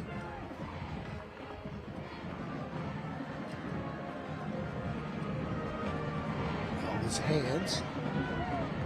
And across the 44, nearing the 45-yard line, is Aaron Crawford. He's just a junior. He's got 300 yards and 7 touchdowns on the year. So he's the guy they turn to when Johnson needs a rest. Zeke Sarita, 95, is having one heck of a night for these Cougs. Crawford's still in there as the running back, 2 split to the left. They hand to him. He's followed his blockers straight ahead. He picks up about 3. It'll be 2nd down and 7.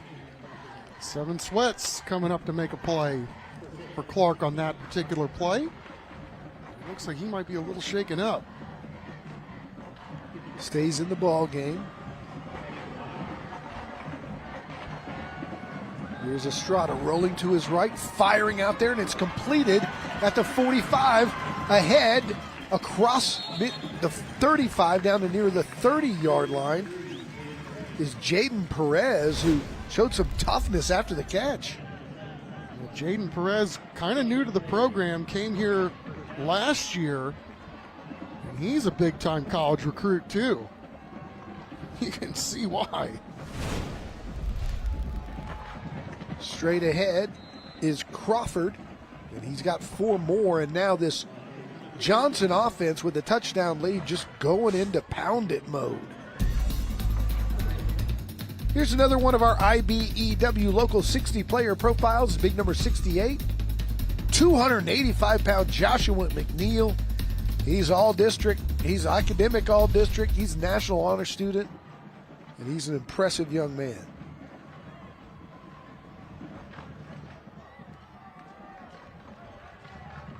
Second down and 7. Johnson running a lot of play clock in between these plays. Nice cut by Crawford, going ahead for about 4.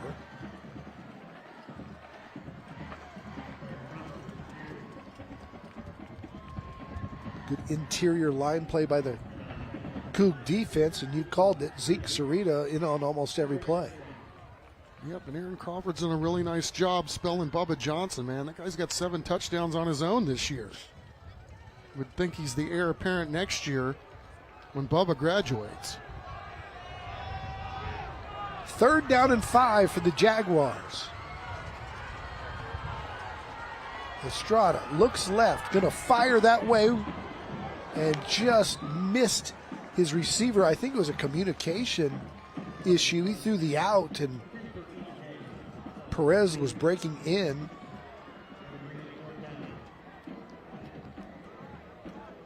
As the Jags again content to run this play clock.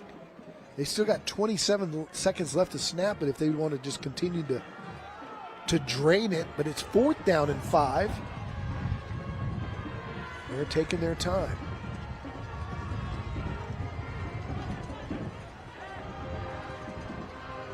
Nine seconds to snap it now. They do with about 6. Throwing the fade deep, looking for Simpson, and he's going to be interfered with. He may have done a good job of acting to draw that call, or to draw the contact rather, to get the pass interference call on the defense. Well, Devin Glass has really good coverage here. Ball's in the air. He's right there. He just doesn't turn around. Looks like he may have been held. The DB there. Yeah, I think you got to give credit to Simpson for just kind of doing a good acting job there. Yeah, Devin Glass, stride for stride with the receiver. Made easier, though, when you don't turn your back and try to locate the football, though he did look like he was being held. So it's a 1st down and 10. Inside the 10, here's Johnson. Straight ahead, Johnson to the goal line. Johnson marked short. Dude, it's like trying to tackle a bread truck. He just gets in there, and he just got guys draped all over him, and he just keeps chugging and chugging. Look at this. Just get off me. I thought he might get in, but right there short. This time, stoned right there, and It is touchdown. Bubba Johnson had to fight for every inch, but he got in, and Clark goes up 27-14 with the extra point still to come. Look at 34, Dom Moore. I thought he got him stopped. It's just man and man. Dom Moore, the sophomore, holding his own, but just couldn't quite stop Bubba from getting the 6. That was mano-y-mano. There's the extra point attempt. High snap, good hold. good athletic play to get that ball down and through, and the Jags now have a 2-touchdown lead.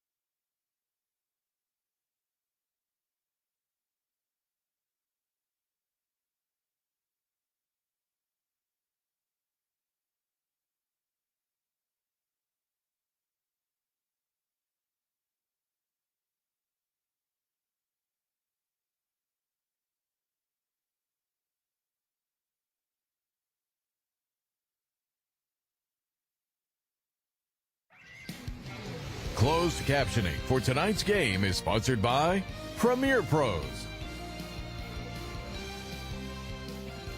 Welcome back. Johnson with a 2-touchdown lead. Now 6:01 to play here in the third quarter. As the Jaguars have shown us a lot tonight. They've got Bubba Johnson, who's got over 85 yards, 86 now on 17 carries. But Chuck, you know, that's all we heard about coming in, but they're athletes. 6, 9. They've got Perez and Simpson. And they've got other weapons here as we get ready into playoff time. They can beat you on the ground and through the air. Yeah, I'm with you on that, and especially with the way that Elvis Estrada looks. I mean, we talked about him being a sophomore, but just in class alone, I mean, he looks like the real deal back there slinging it. Hello. Oh, big opening here down the sideline for the Cougars. Near midfield is a great speedy return by Jackson Shannon, and we're back in 15 seconds. Do you know a San Antonio teen in 7th to 12th grade looking for ways to get involved in the community? They can apply to be a Project Worth Teen Ambassador today. For more information, visit our website or call 210-207-8850. First down and 10 for the Clark Cougars, down by 2 scores. Sure seems like a big drive here, doesn't it, Don? Maybe the biggest drive of the year for Clark. Yeah, it's a San Antonio Zoo first down. They need to get back in this football game to assure themselves of a playoff spot.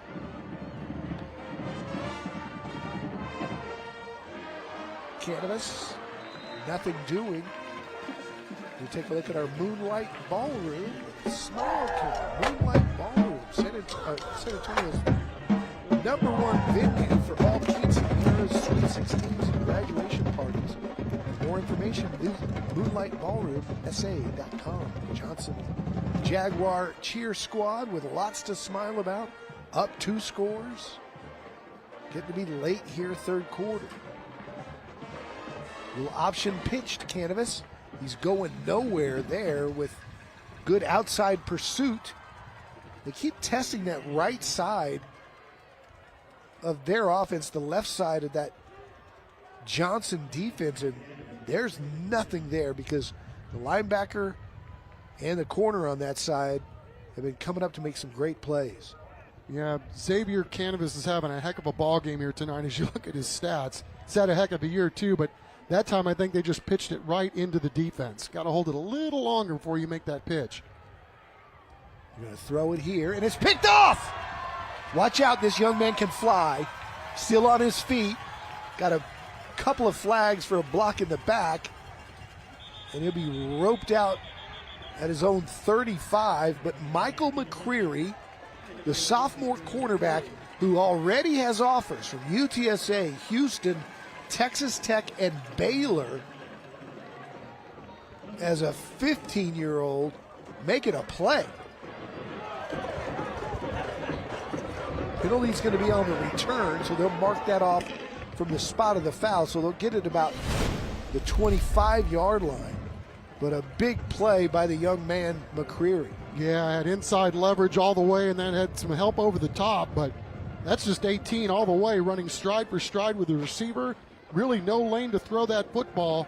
Makes a play and trying to make it even bigger on the back end with a return. So Johnson looking to put this thing on ice. If they can eat up clock and score here late in the third quarter.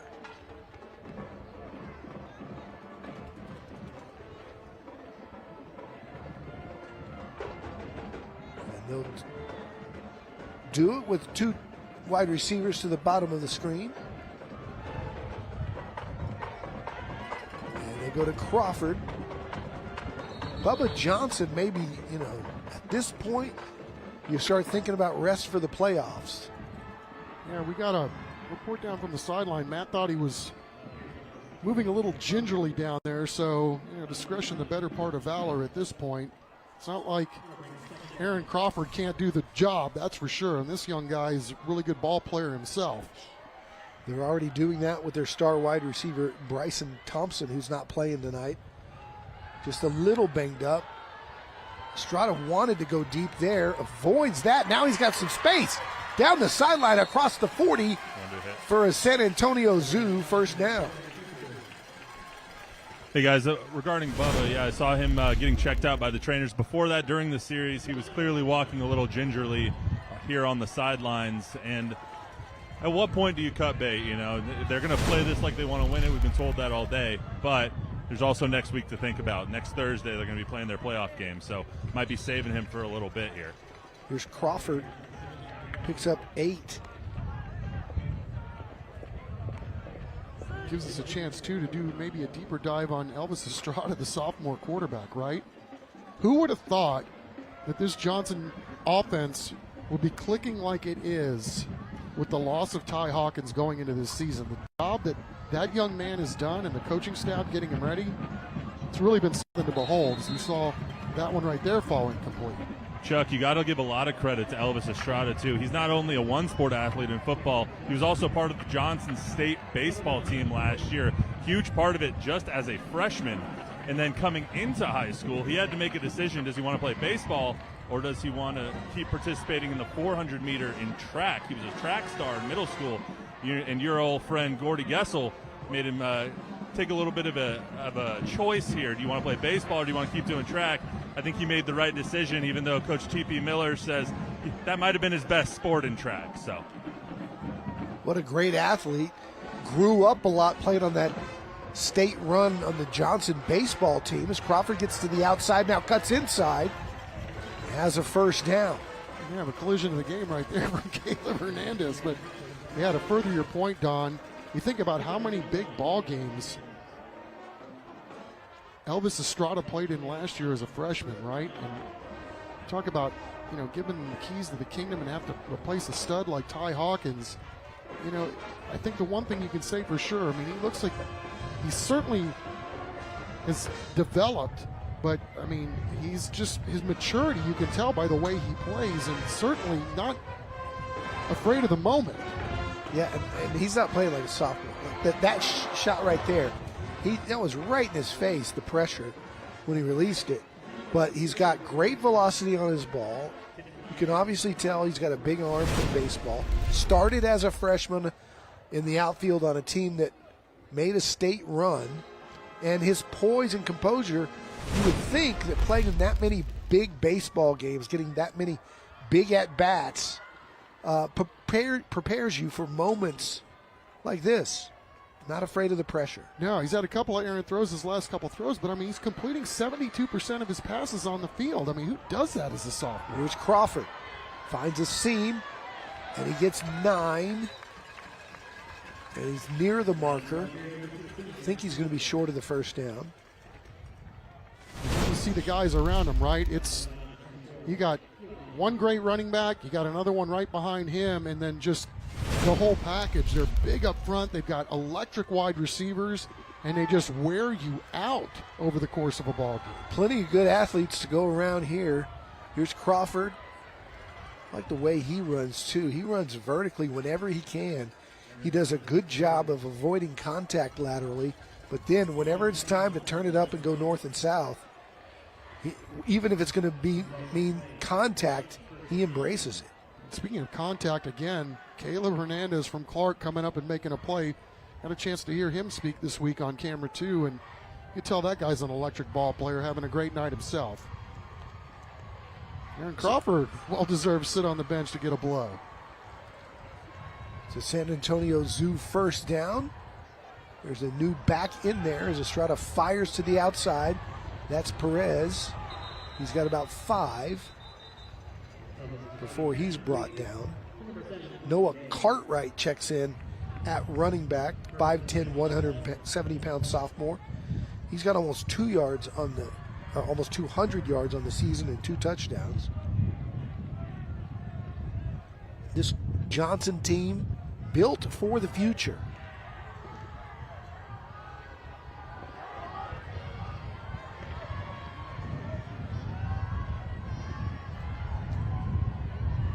Second and 6, less than a minute to go here in the third. There goes Noah, head over heels. He is low to the ground, boy. He's got a low center of gravity, and he does a nice job there. Yeah, it looks like he was sniffing or seeking contact, right? As soon as he got the ball, it's like, okay, who's next? Who's next?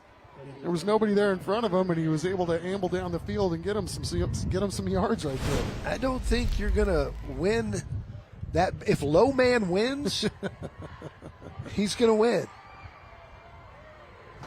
Like a fire hydrant.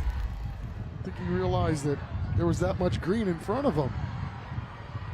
They fake it to him. Pat going to go deep. Got a man. Did he get a foot down? Touchdown, Jaguars. Jaden Perez.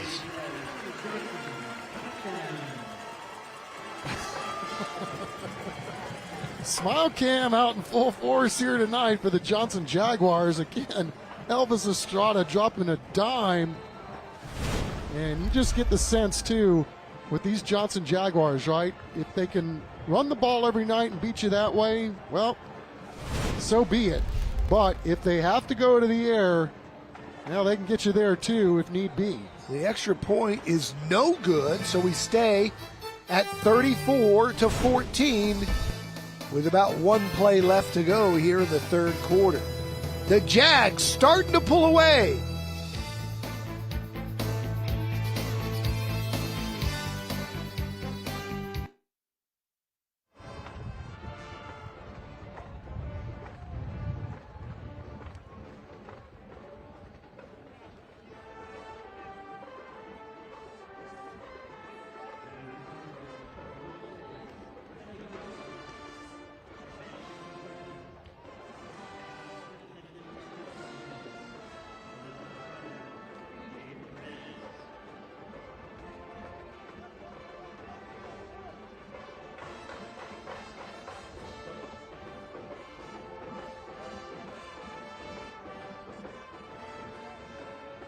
Urgency mode.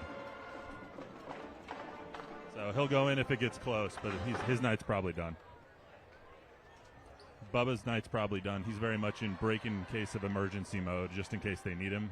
So he's still on the field and in his pads, but he's probably done for the night.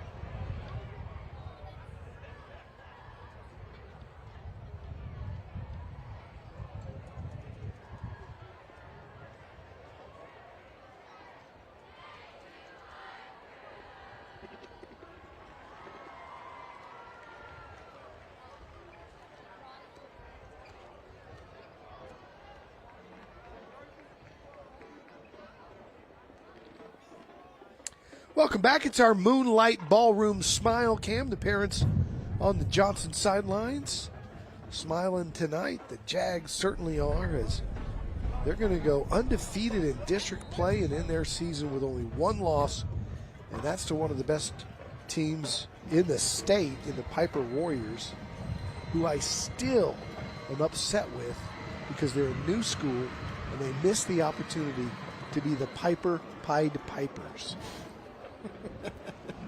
which would have been one of the great nicknames in Texas high school history. This man's had a nice night returning the ball for the Clark special teams unit. Jackson Shannon, the junior wide receiver, has had 2 big returns near midfield. And we're back in 15 seconds. Hey San Antonio teens! Are you looking for ways to share your voice, creativity, and ideas on ways to positively impact the community? Become a Project Worth Teen Ambassador. For more information, visit our website or call 210-207-8850. There's a small town in Texas called Hamlin, Texas, that's the Pied Pipers. But previous home of Dr. Pepper, says Brian, our director. I thought Waco was the home of Dr. Pepper. Dublin, Hamlin is home of the Pied Pipers. But just imagine the Piper Pipe, how great that would be. It'd be like the winter's blizzard. It's the end of the third quarter, 34-14. The Jags looking to close out an undefeated district schedule when we come back.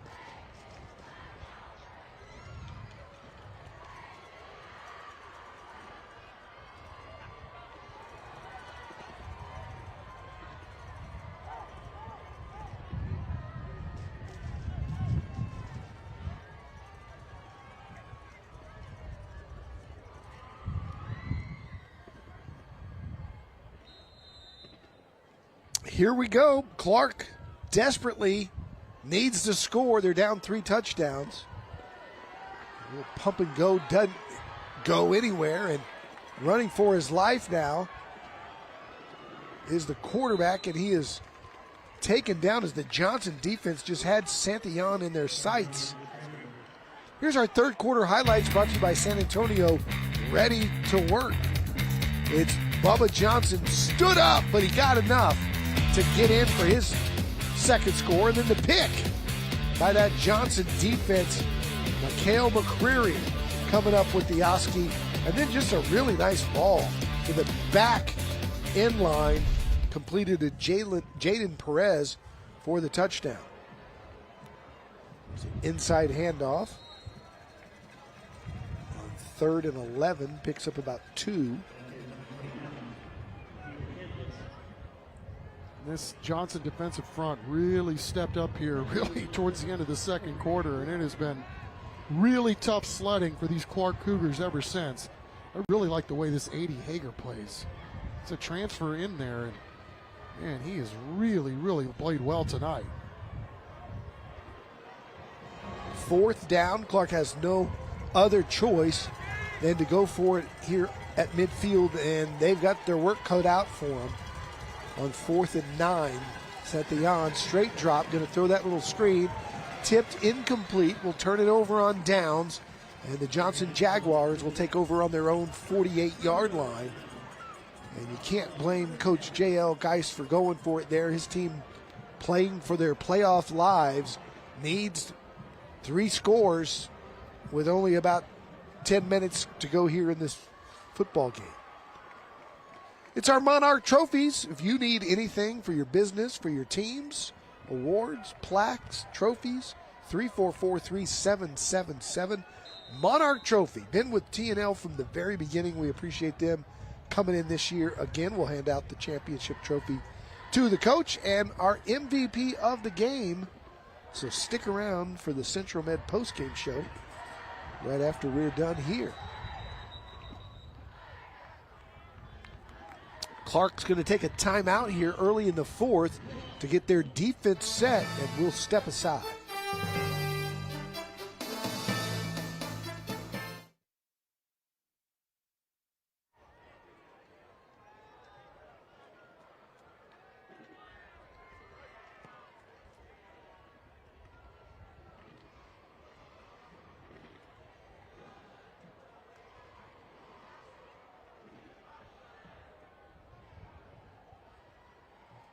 Hey, Chuck, just FYI, I just got word on the sideline. If Clark loses, they're going to be out pretty much no matter what. Brandeis can lose tomorrow and still get in.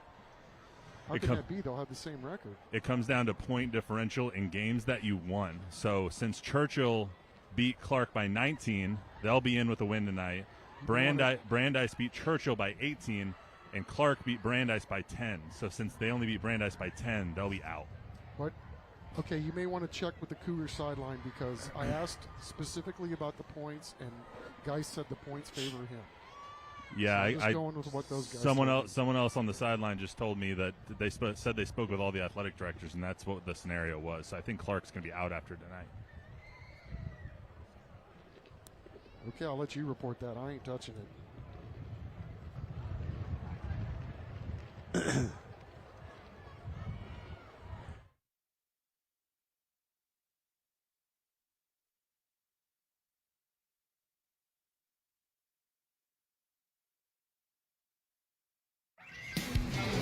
Closed captioning for tonight's game is sponsored by Premier Pros. The Johnson Jaguars with the football here on 1st and 10 go to Crawford. Crawford spinning a brilliant run all the way down to the 40s. Got another San Antonio Zoo first down. That clock will stop momentarily, but you can bet the Jags looking to run clock here and get out of here with a district championship. Boy, this is a tough dude too, man, because he took one hell of a wallop there by Eli Abad at the end of that. Johnson living up to all the hype tonight here. San Antonio Zoo first down.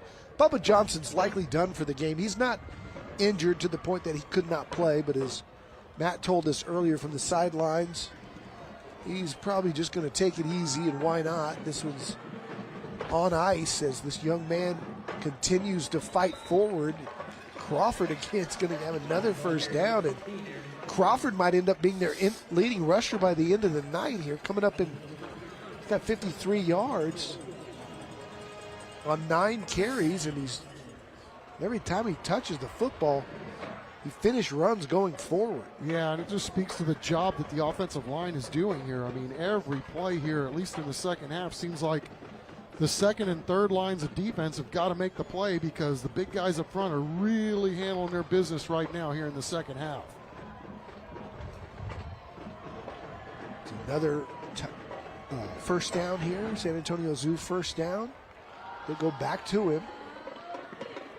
Picks up 3. That clock continues to run, and I think that right now might be T.P. Miller's best asset. And what he's trying to do here is Crawford took a shot right on the kneecap, and he's going to dance off. See if they go back to Noah Cartwright. And they do.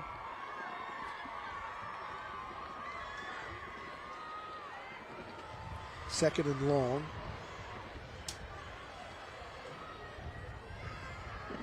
We'll call it 2nd and 7.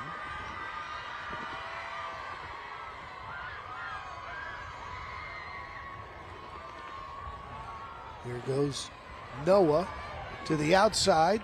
Jitterbugging his way. Getting another first down. And I believe they stay in bounds. They'll stop the clock to move the chains, and then we'll see if they roll it or if they said that he was out of bounds. Here's another sophomore, right? Doing the job, 3 deep. Go the Johnson Jags at running back. Again, you know, at some point you do have to keep an eye on next week for sure, because that's when you can really make hay, and it will be a short week for these Johnson guys on Thursday night next week.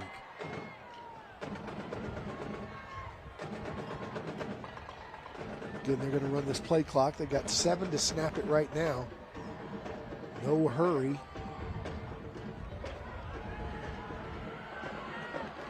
Flag flies in. That'll stop the clock. Cartwright carried it again.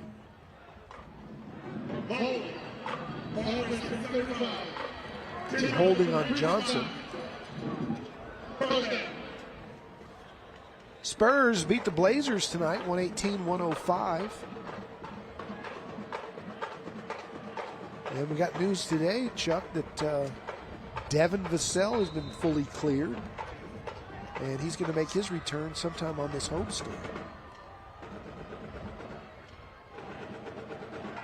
Well, Spurs trying to get to the playoffs, and that's something that Johnson's going to do as the #1 seed in 27-6A. So T.P. Miller said it earlier in the week, our short-term goals have been realized by winning the district title outright, but there's still a lot of meat left on the bone in terms of what they want to be able to do in this postseason, and where they really showed off a lot of weaponry tonight on offense, and then, again, the speed of their defense. These guys are going to be a tough out in the postseason. There's no doubt about that. But again, bigger picture, how well this coaching staff was able to put a plan together in July about what they were going to do with their quarterback situation, and these guys really have not missed a beat.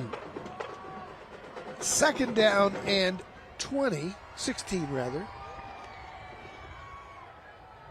6:40 and running here. Cartwright. And the way he runs the football and the way he's built, we might as well call him Hoss. Right? And then you saw, too, how willing their receivers are to block. And that was another thing that T.P. Miller made a point to mention this week, is that, you know, as talented a receiving core as we have and all that, you know, playmaking ability that they've got outside, these guys, there's no ego out there either. They don't care who gets the ball. They just want to win, and they enjoy blocking for each other. A lot of things going well for these Johnson Jaguars. I mean, this really is a team in every sense of the word. 3rd down and 11. Somebody went the wrong way. Now, what a rocket of a shot from the arm of Elvis Estrada. Just flicked that thing with some velocity, incomplete, but man, you see his arm strength. Yeah, no doubt, right? Whether you're catching the football on offense or whether you're a defender trying to make a play, you better bring a couple of catcher's mitts out there, because this guy's throwing some seeds. Good luck trying to pick that off. Timeout now called by Johnson. We'll take it with them. It's all Jaguars, 34-14.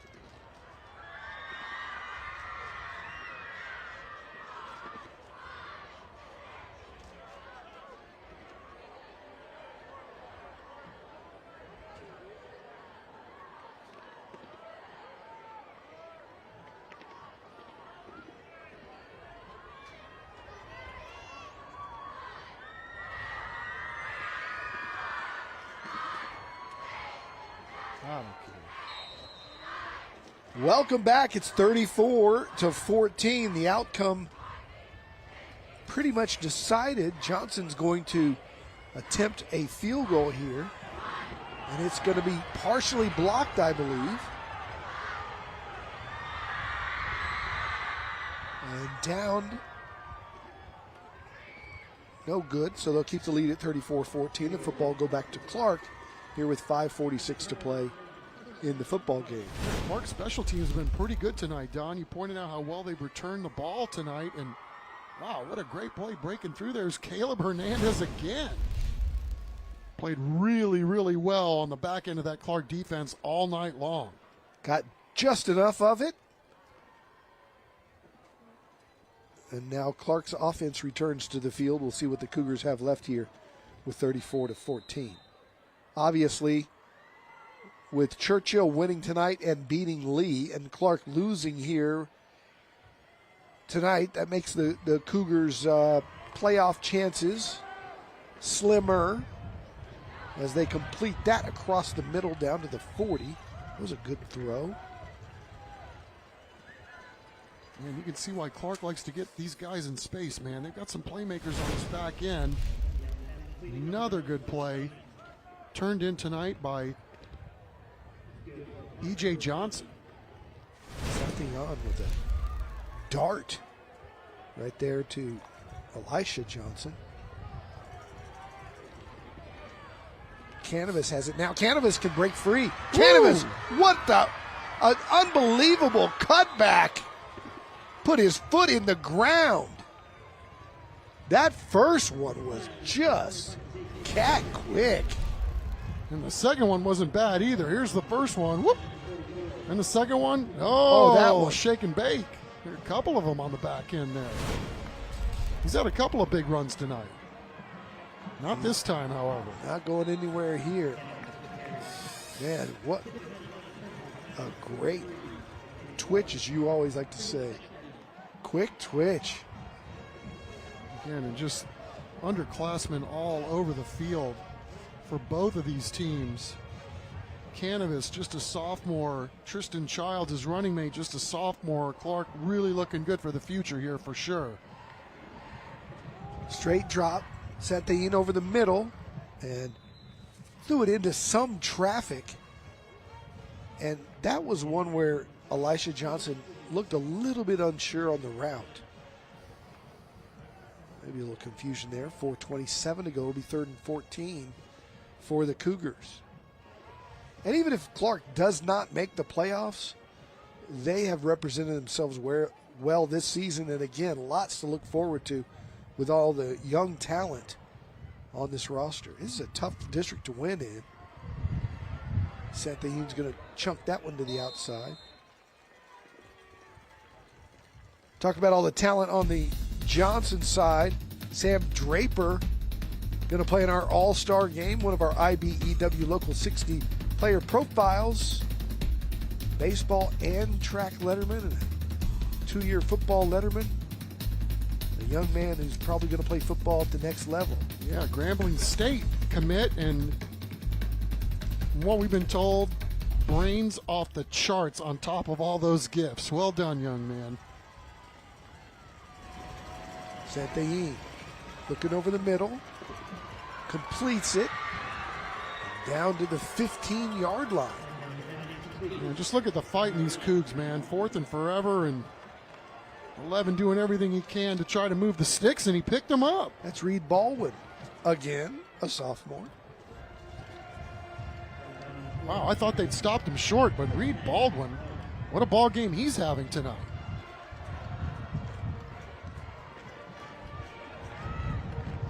Santahin got 2 men over there, has the wide open one in the end zone, and what a catch! Touchdown, Elisha Johnson. Man, athletic move to go up and get that football and snatch it away from the defense.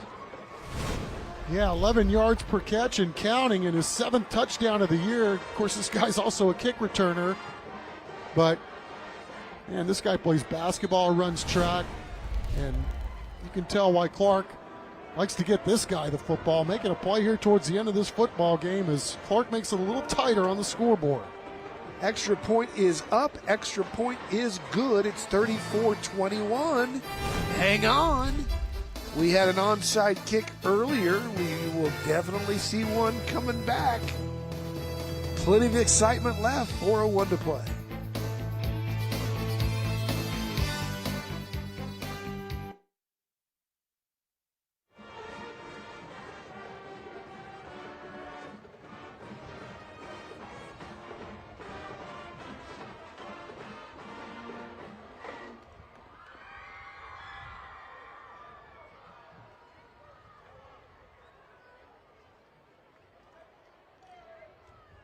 Clark scoring drive.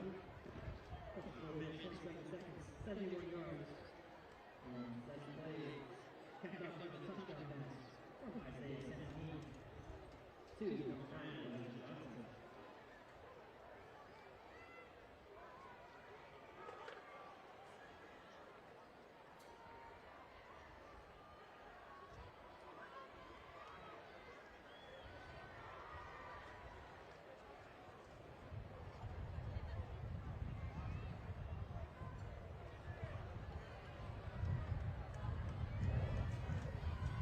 3:58 to play here as the Johnson hands team gets ready to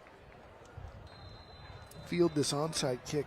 Onside kicks have become kind of fun now with the watermelon kick. With the new rules in pro football too, it's been kind of interesting. They're not a high percentage play, becoming less high percentage in the college and the pro game. And it's always fun to see what the strategies are and how the kickers strike the ball. Some of them have different ways to do it. This one's hoping to hop up. It does. It's up in the air, and it is recovered by Johnson. And I always think the key to that is not giving them anything they can field in the air, right? The longer the ball's in the air, the easier it is to catch. So I would think the key is to try to keep that thing squibbed as long as humanly possible. Well, it went 10 yards. I think the mistake here is by the Clark team not going to try to catch it. And I've never understood why. If it goes 10 yards, it is free game for everybody. How somebody hasn't developed a kick that's just like throwing the ball. Just like a straight go route that goes 10 yards, and then you have your tallest, best athletic receiver just run down there and catch it before the receiving team does. Haas Cartwright gets to the 48. And a big save on the sideline there from one of his teammates as he was rumbling out of bounds, and got a quarterback change for these Jaguars here at the end of the ball game. Zeke Avila in. He's a senior. And he's played some this year. 6 of 10 on the season. No touchdowns, no interceptions.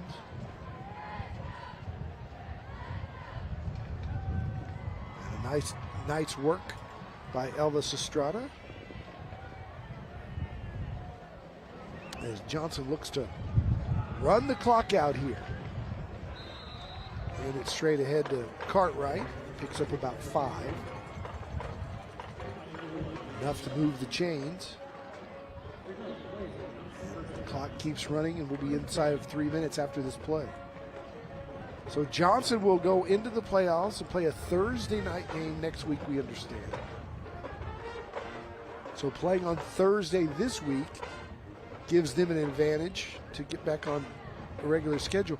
And Chuck, we found out this week there were a lot of teams who were going to play on Friday next week who moved their games to Thursday night tonight so they get an extra day next week. Sounds like a good idea to me. An extra day of preparation. Cartwright picks up 4 here. Yeah, we had lots of games around the area tonight.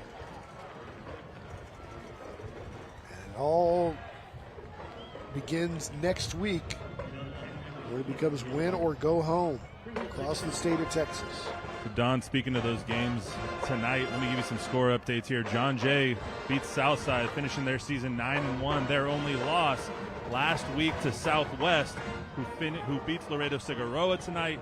They win their district and go 10-0 for the first time since 2009. So the Dragons, a heck of a season down there for Coach Franco. Judson just went final. They beat Clemens 27-10, keeping their playoff hopes alive. They're now in a three-way tie for third and fourth place in that district. Also in that district, Steele beats Buda Johnson 70-14. They will win the district yet again, I believe, for the fourth straight year. That is undefeated in district once again for Coach Signs and the Steel Knights.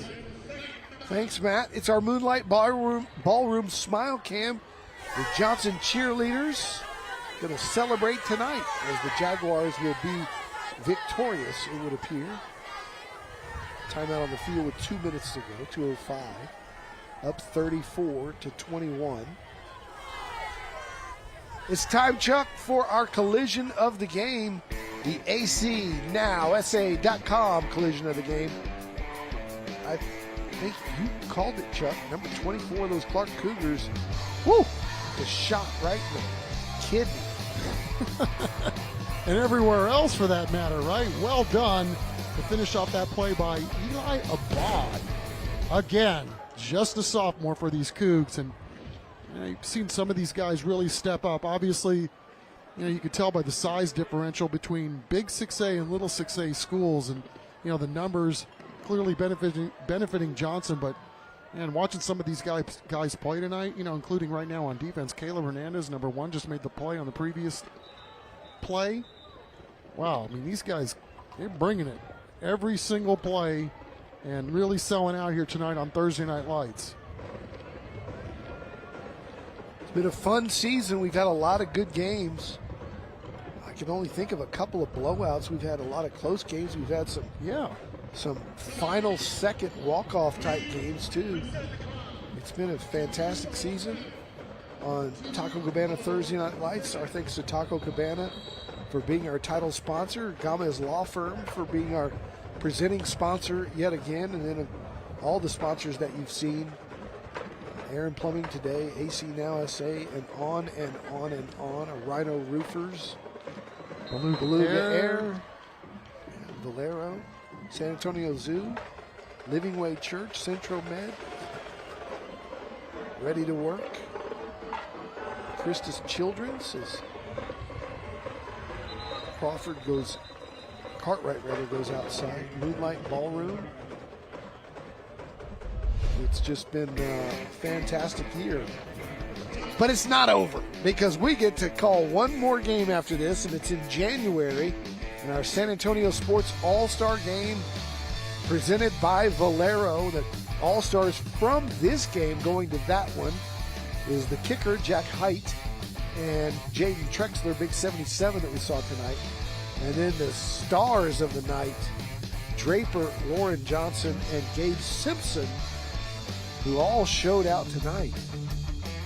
They'll all be playing in that game on the CWSA. And if you want to see all the rosters, they're online at sanantoniosports.org. And here is our Living Way Church play of the night.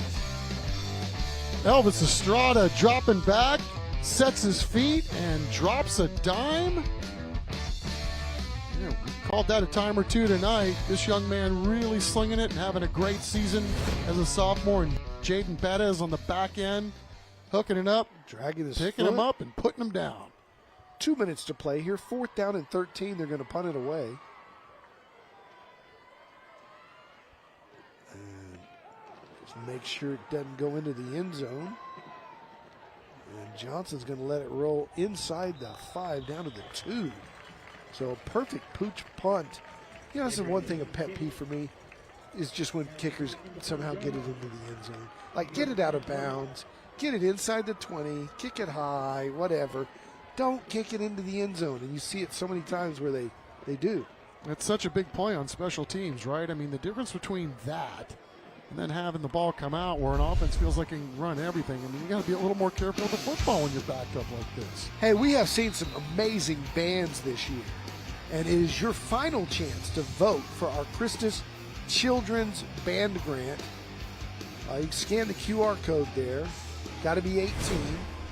One of the bands that performed this year will walk away with that $5,000 courtesy of Christus Children's. Big hit there on first down after a gain of about 3. Man, he did take a shot there, man. It was 3 Jaguars closing in, and Santillan living to get up and play another play here, thankfully. Second down and 7. Cougs need to get it down the field in a hurry. Keeps again, will slide down. And we may have both players went down a little awkwardly on that slide. And Johnson's got a couple guys slow to get up. Did they crash into each other? That might have been just a complete car wreck. In the meantime, let's flash back. Chris Kotfus, our producer extraordinaire, looking back to 2018. Ryan Redding down the sideline looking for Woodard. He's got it. He's going to score. Trayvon Mayrick Woodard from Smithson Valley took it away from the defender, and a great ball by Ryan Redding. Finds the ball and makes a reservation for 6. All-star game, now a superstar in the NFL. Trayvon Mayrick won the National Defensive Back Award at TCU. Yep, parlayed that into an early second-round pick of the Las Vegas Raiders. Does not come off the field a whole heck of a lot, and the guy that threw him the ball is coaching in this ball game tonight. Good shot there by Coach Redding. Our crew. The Reddings, the receiver, the younger brothers, one of them's playing at Baylor. And that's all. He made a big play for the Baylor Bears on special teams last week. Well, we're glad that Cash Hager is able to get up and walk off under his own power. And we talked about the kind of night that guy's had playing on that defensive end / hybrid linebacking spot. Big fella, and boy, he has a penchant for getting upfield. It's 3rd down and 1 for Clark as they try to keep this drive alive. Hoping for a touchdown and a miracle. Little hook and ladder there, but they hooked it, no ladder. It gives them the speedster that we've seen return kicks all night. Shannon's got incredible speed. Put it in his hands and hope for the best.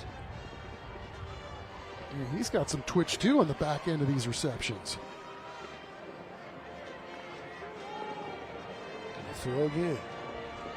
Same thing, he thrown to the out. That ball's incomplete.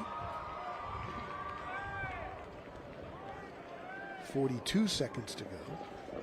Yeah, a lot of pressure on Isaiah as he climbs the pocket, looking to get outside, and just a little bit off on the timing of that, but it looks like 3's a handful, man. They're giving him a lot of cushion, because as well they should with the speed and twitch.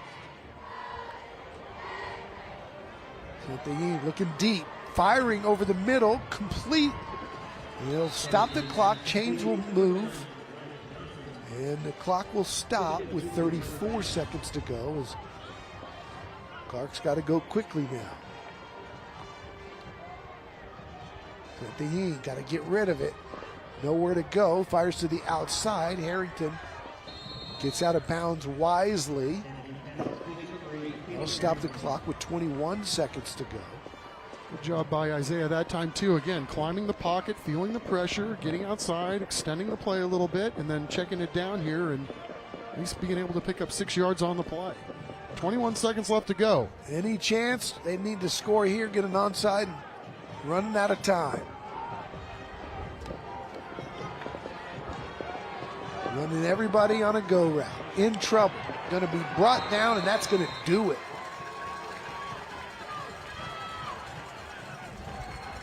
How about that? 49 comes in for 80 and makes himself a play. Well done, Kelton Vance, sophomore. Spike with 3 seconds to go. Clark will have a shot at a Hail Mary here if they want to. Get off one more clean play. Oh, put 3 seconds back on the clock. Not 2. And perhaps their final play of the season, depending on how the playoff tiebreakers go. 4th down. Santaine over the middle. There will be some laterals here. And there's not. Harrington's brought down, and that's the end of the football game. The Johnson Jaguars run the table in District 27 6A. And they just gave their coach a Gatorade shower, too, for running the table. T.P. Miller wins over Brandeis, Roosevelt, Reagan, Madison, Lee, and Churchill. T.P. Miller's Johnson Jaguars are district champs. They're moving on to the playoffs, and congratulations to Coach J.L. Geist and the Clark Cougars on an outstanding season as well, with their playoff future still up in the air for the moment based on what Brandeis might do as well. When we come back, we'll hand out the Monarch trophies. We'll have our player of the game, and we'll congratulate Coach Miller with our championship trophy. T&L rolls on the CW35.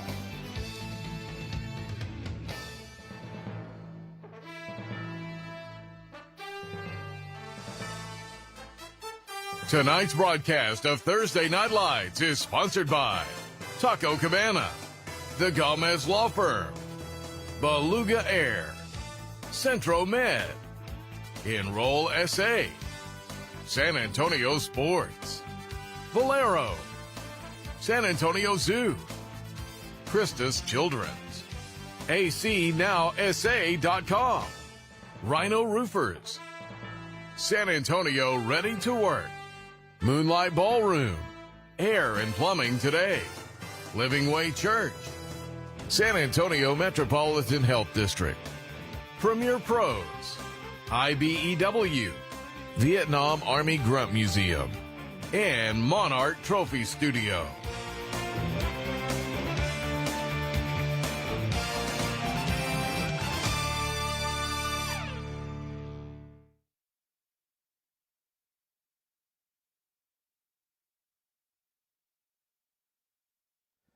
Man, it is freezing.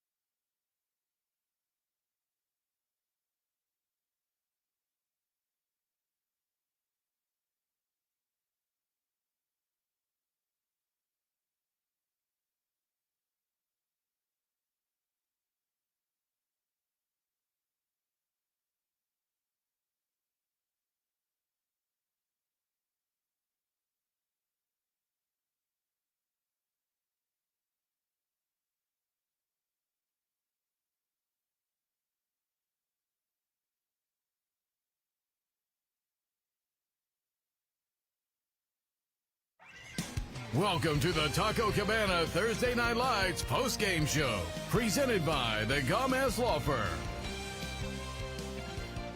Welcome back. It's a final. It's Johnson 34, Clark 21. The Jags undefeated in 27-6A.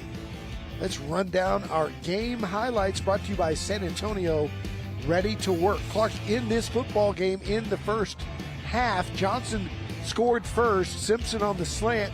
First of his 2 touchdowns tonight. That gave Johnson the lead, but the Cougars scored the next 2 touchdowns. Santa Eve tied it up at 7, and then the Cougs went ahead when Harrington came in, gave a little beef right there, and they went up by a touchdown. The second quarter ended dramatically with 2 touchdowns quickly for the Jags.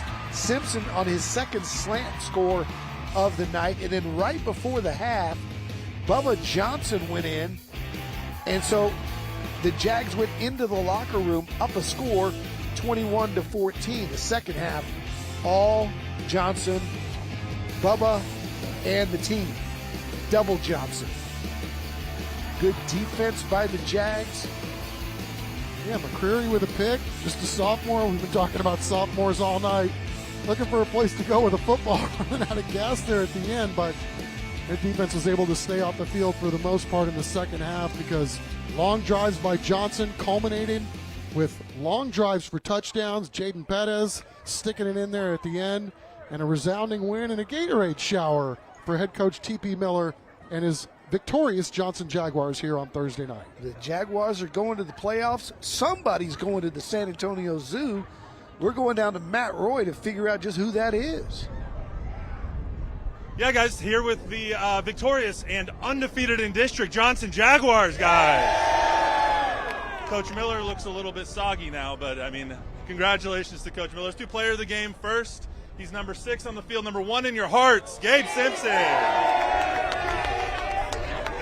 He's also a San Antonio Sports All-Star, so you get this player of the game trophy, my man. You also get 4 tickets to the San Antonio Zoo from our friends over there.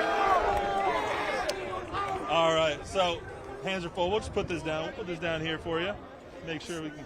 All right, so when I talked to you at the San Antonio Sports All-Star Game Media Day, I asked you, why are receivers always a little boisterous? And it's because you said you get the ball. When you get the ball, you score touchdowns. So what happened tonight? I mean, Elvis was just throwing great balls. The line is blocking for him. Pause. And we just got a special group of guys. And I love to do it. I thought you were going to say Elvis was in the building, and that I was going to laugh a little bit. But never mind, you missed an opportunity. It's okay. So you guys are going to the playoffs once again this year, this time as undefeated district champs. How's that feel? That feels great. That's all I got to say. It feels great. All right, well, Gabe, congratulations, man. You're our San Antonio Zoo player of the game. Coach, let's get you up here. All right, Coach, how'd that Gatorade bath or water bath feel as undefeated district champ? Man, it felt good. I'm proud of our guys. I'm proud of the adversity they face. I'm proud of the work they've put in since January till now. And, we're not done yet. We got next week. We have a new opponent, and so we're going to celebrate for 24 hours, and we're going to go back to work to face whoever the winner of O'Connor and Taft is next week, Thursday night, here at Commonwealth Stadium at 7 o'clock. Coach, there were some people who doubted your program because of the loss to Ty Hawkins, who left. You had a fill-in for sophomore Elvis, who came in. What can you say about your young quarterback, and what can you say about this team?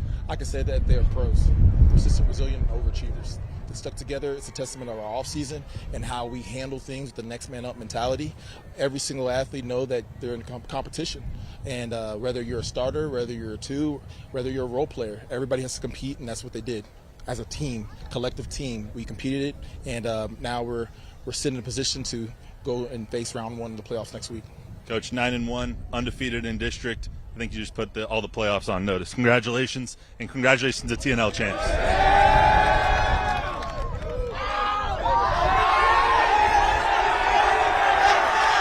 How about them Jaguars? All right, thanks, Matt. We'll wrap it up when we come back.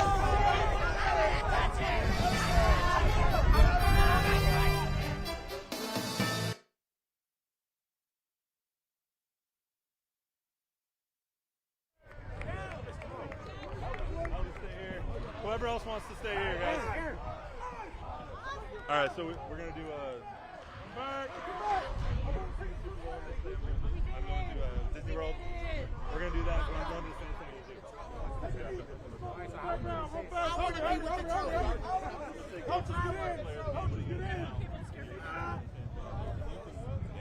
We've had some dancers here.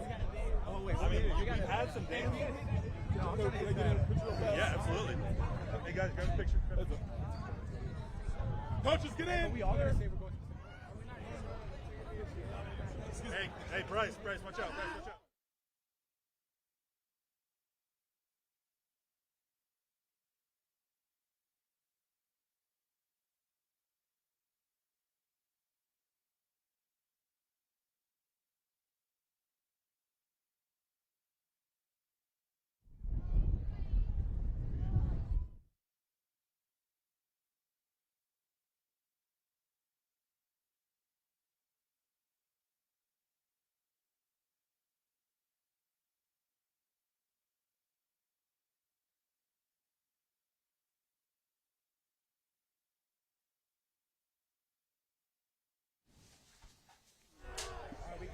All right, that's a wrap. The Johnson Jaguars winners 34-21 here tonight at Comalander Stadium. And you heard Coach T.P. Miller. They'll be right back here, same bat time, same bat day at Thursday at 7 o'clock against the O'Connor-Taft winner for the first round of the playoffs. Let's go back down to Matt Roy. All right, guys, here with our winning Johnson Jaguars and our player of the game, Gabe Simpson. What are you going to do now, man? We going to go to the San Antonio Zoo. Uh-oh, they got to dance.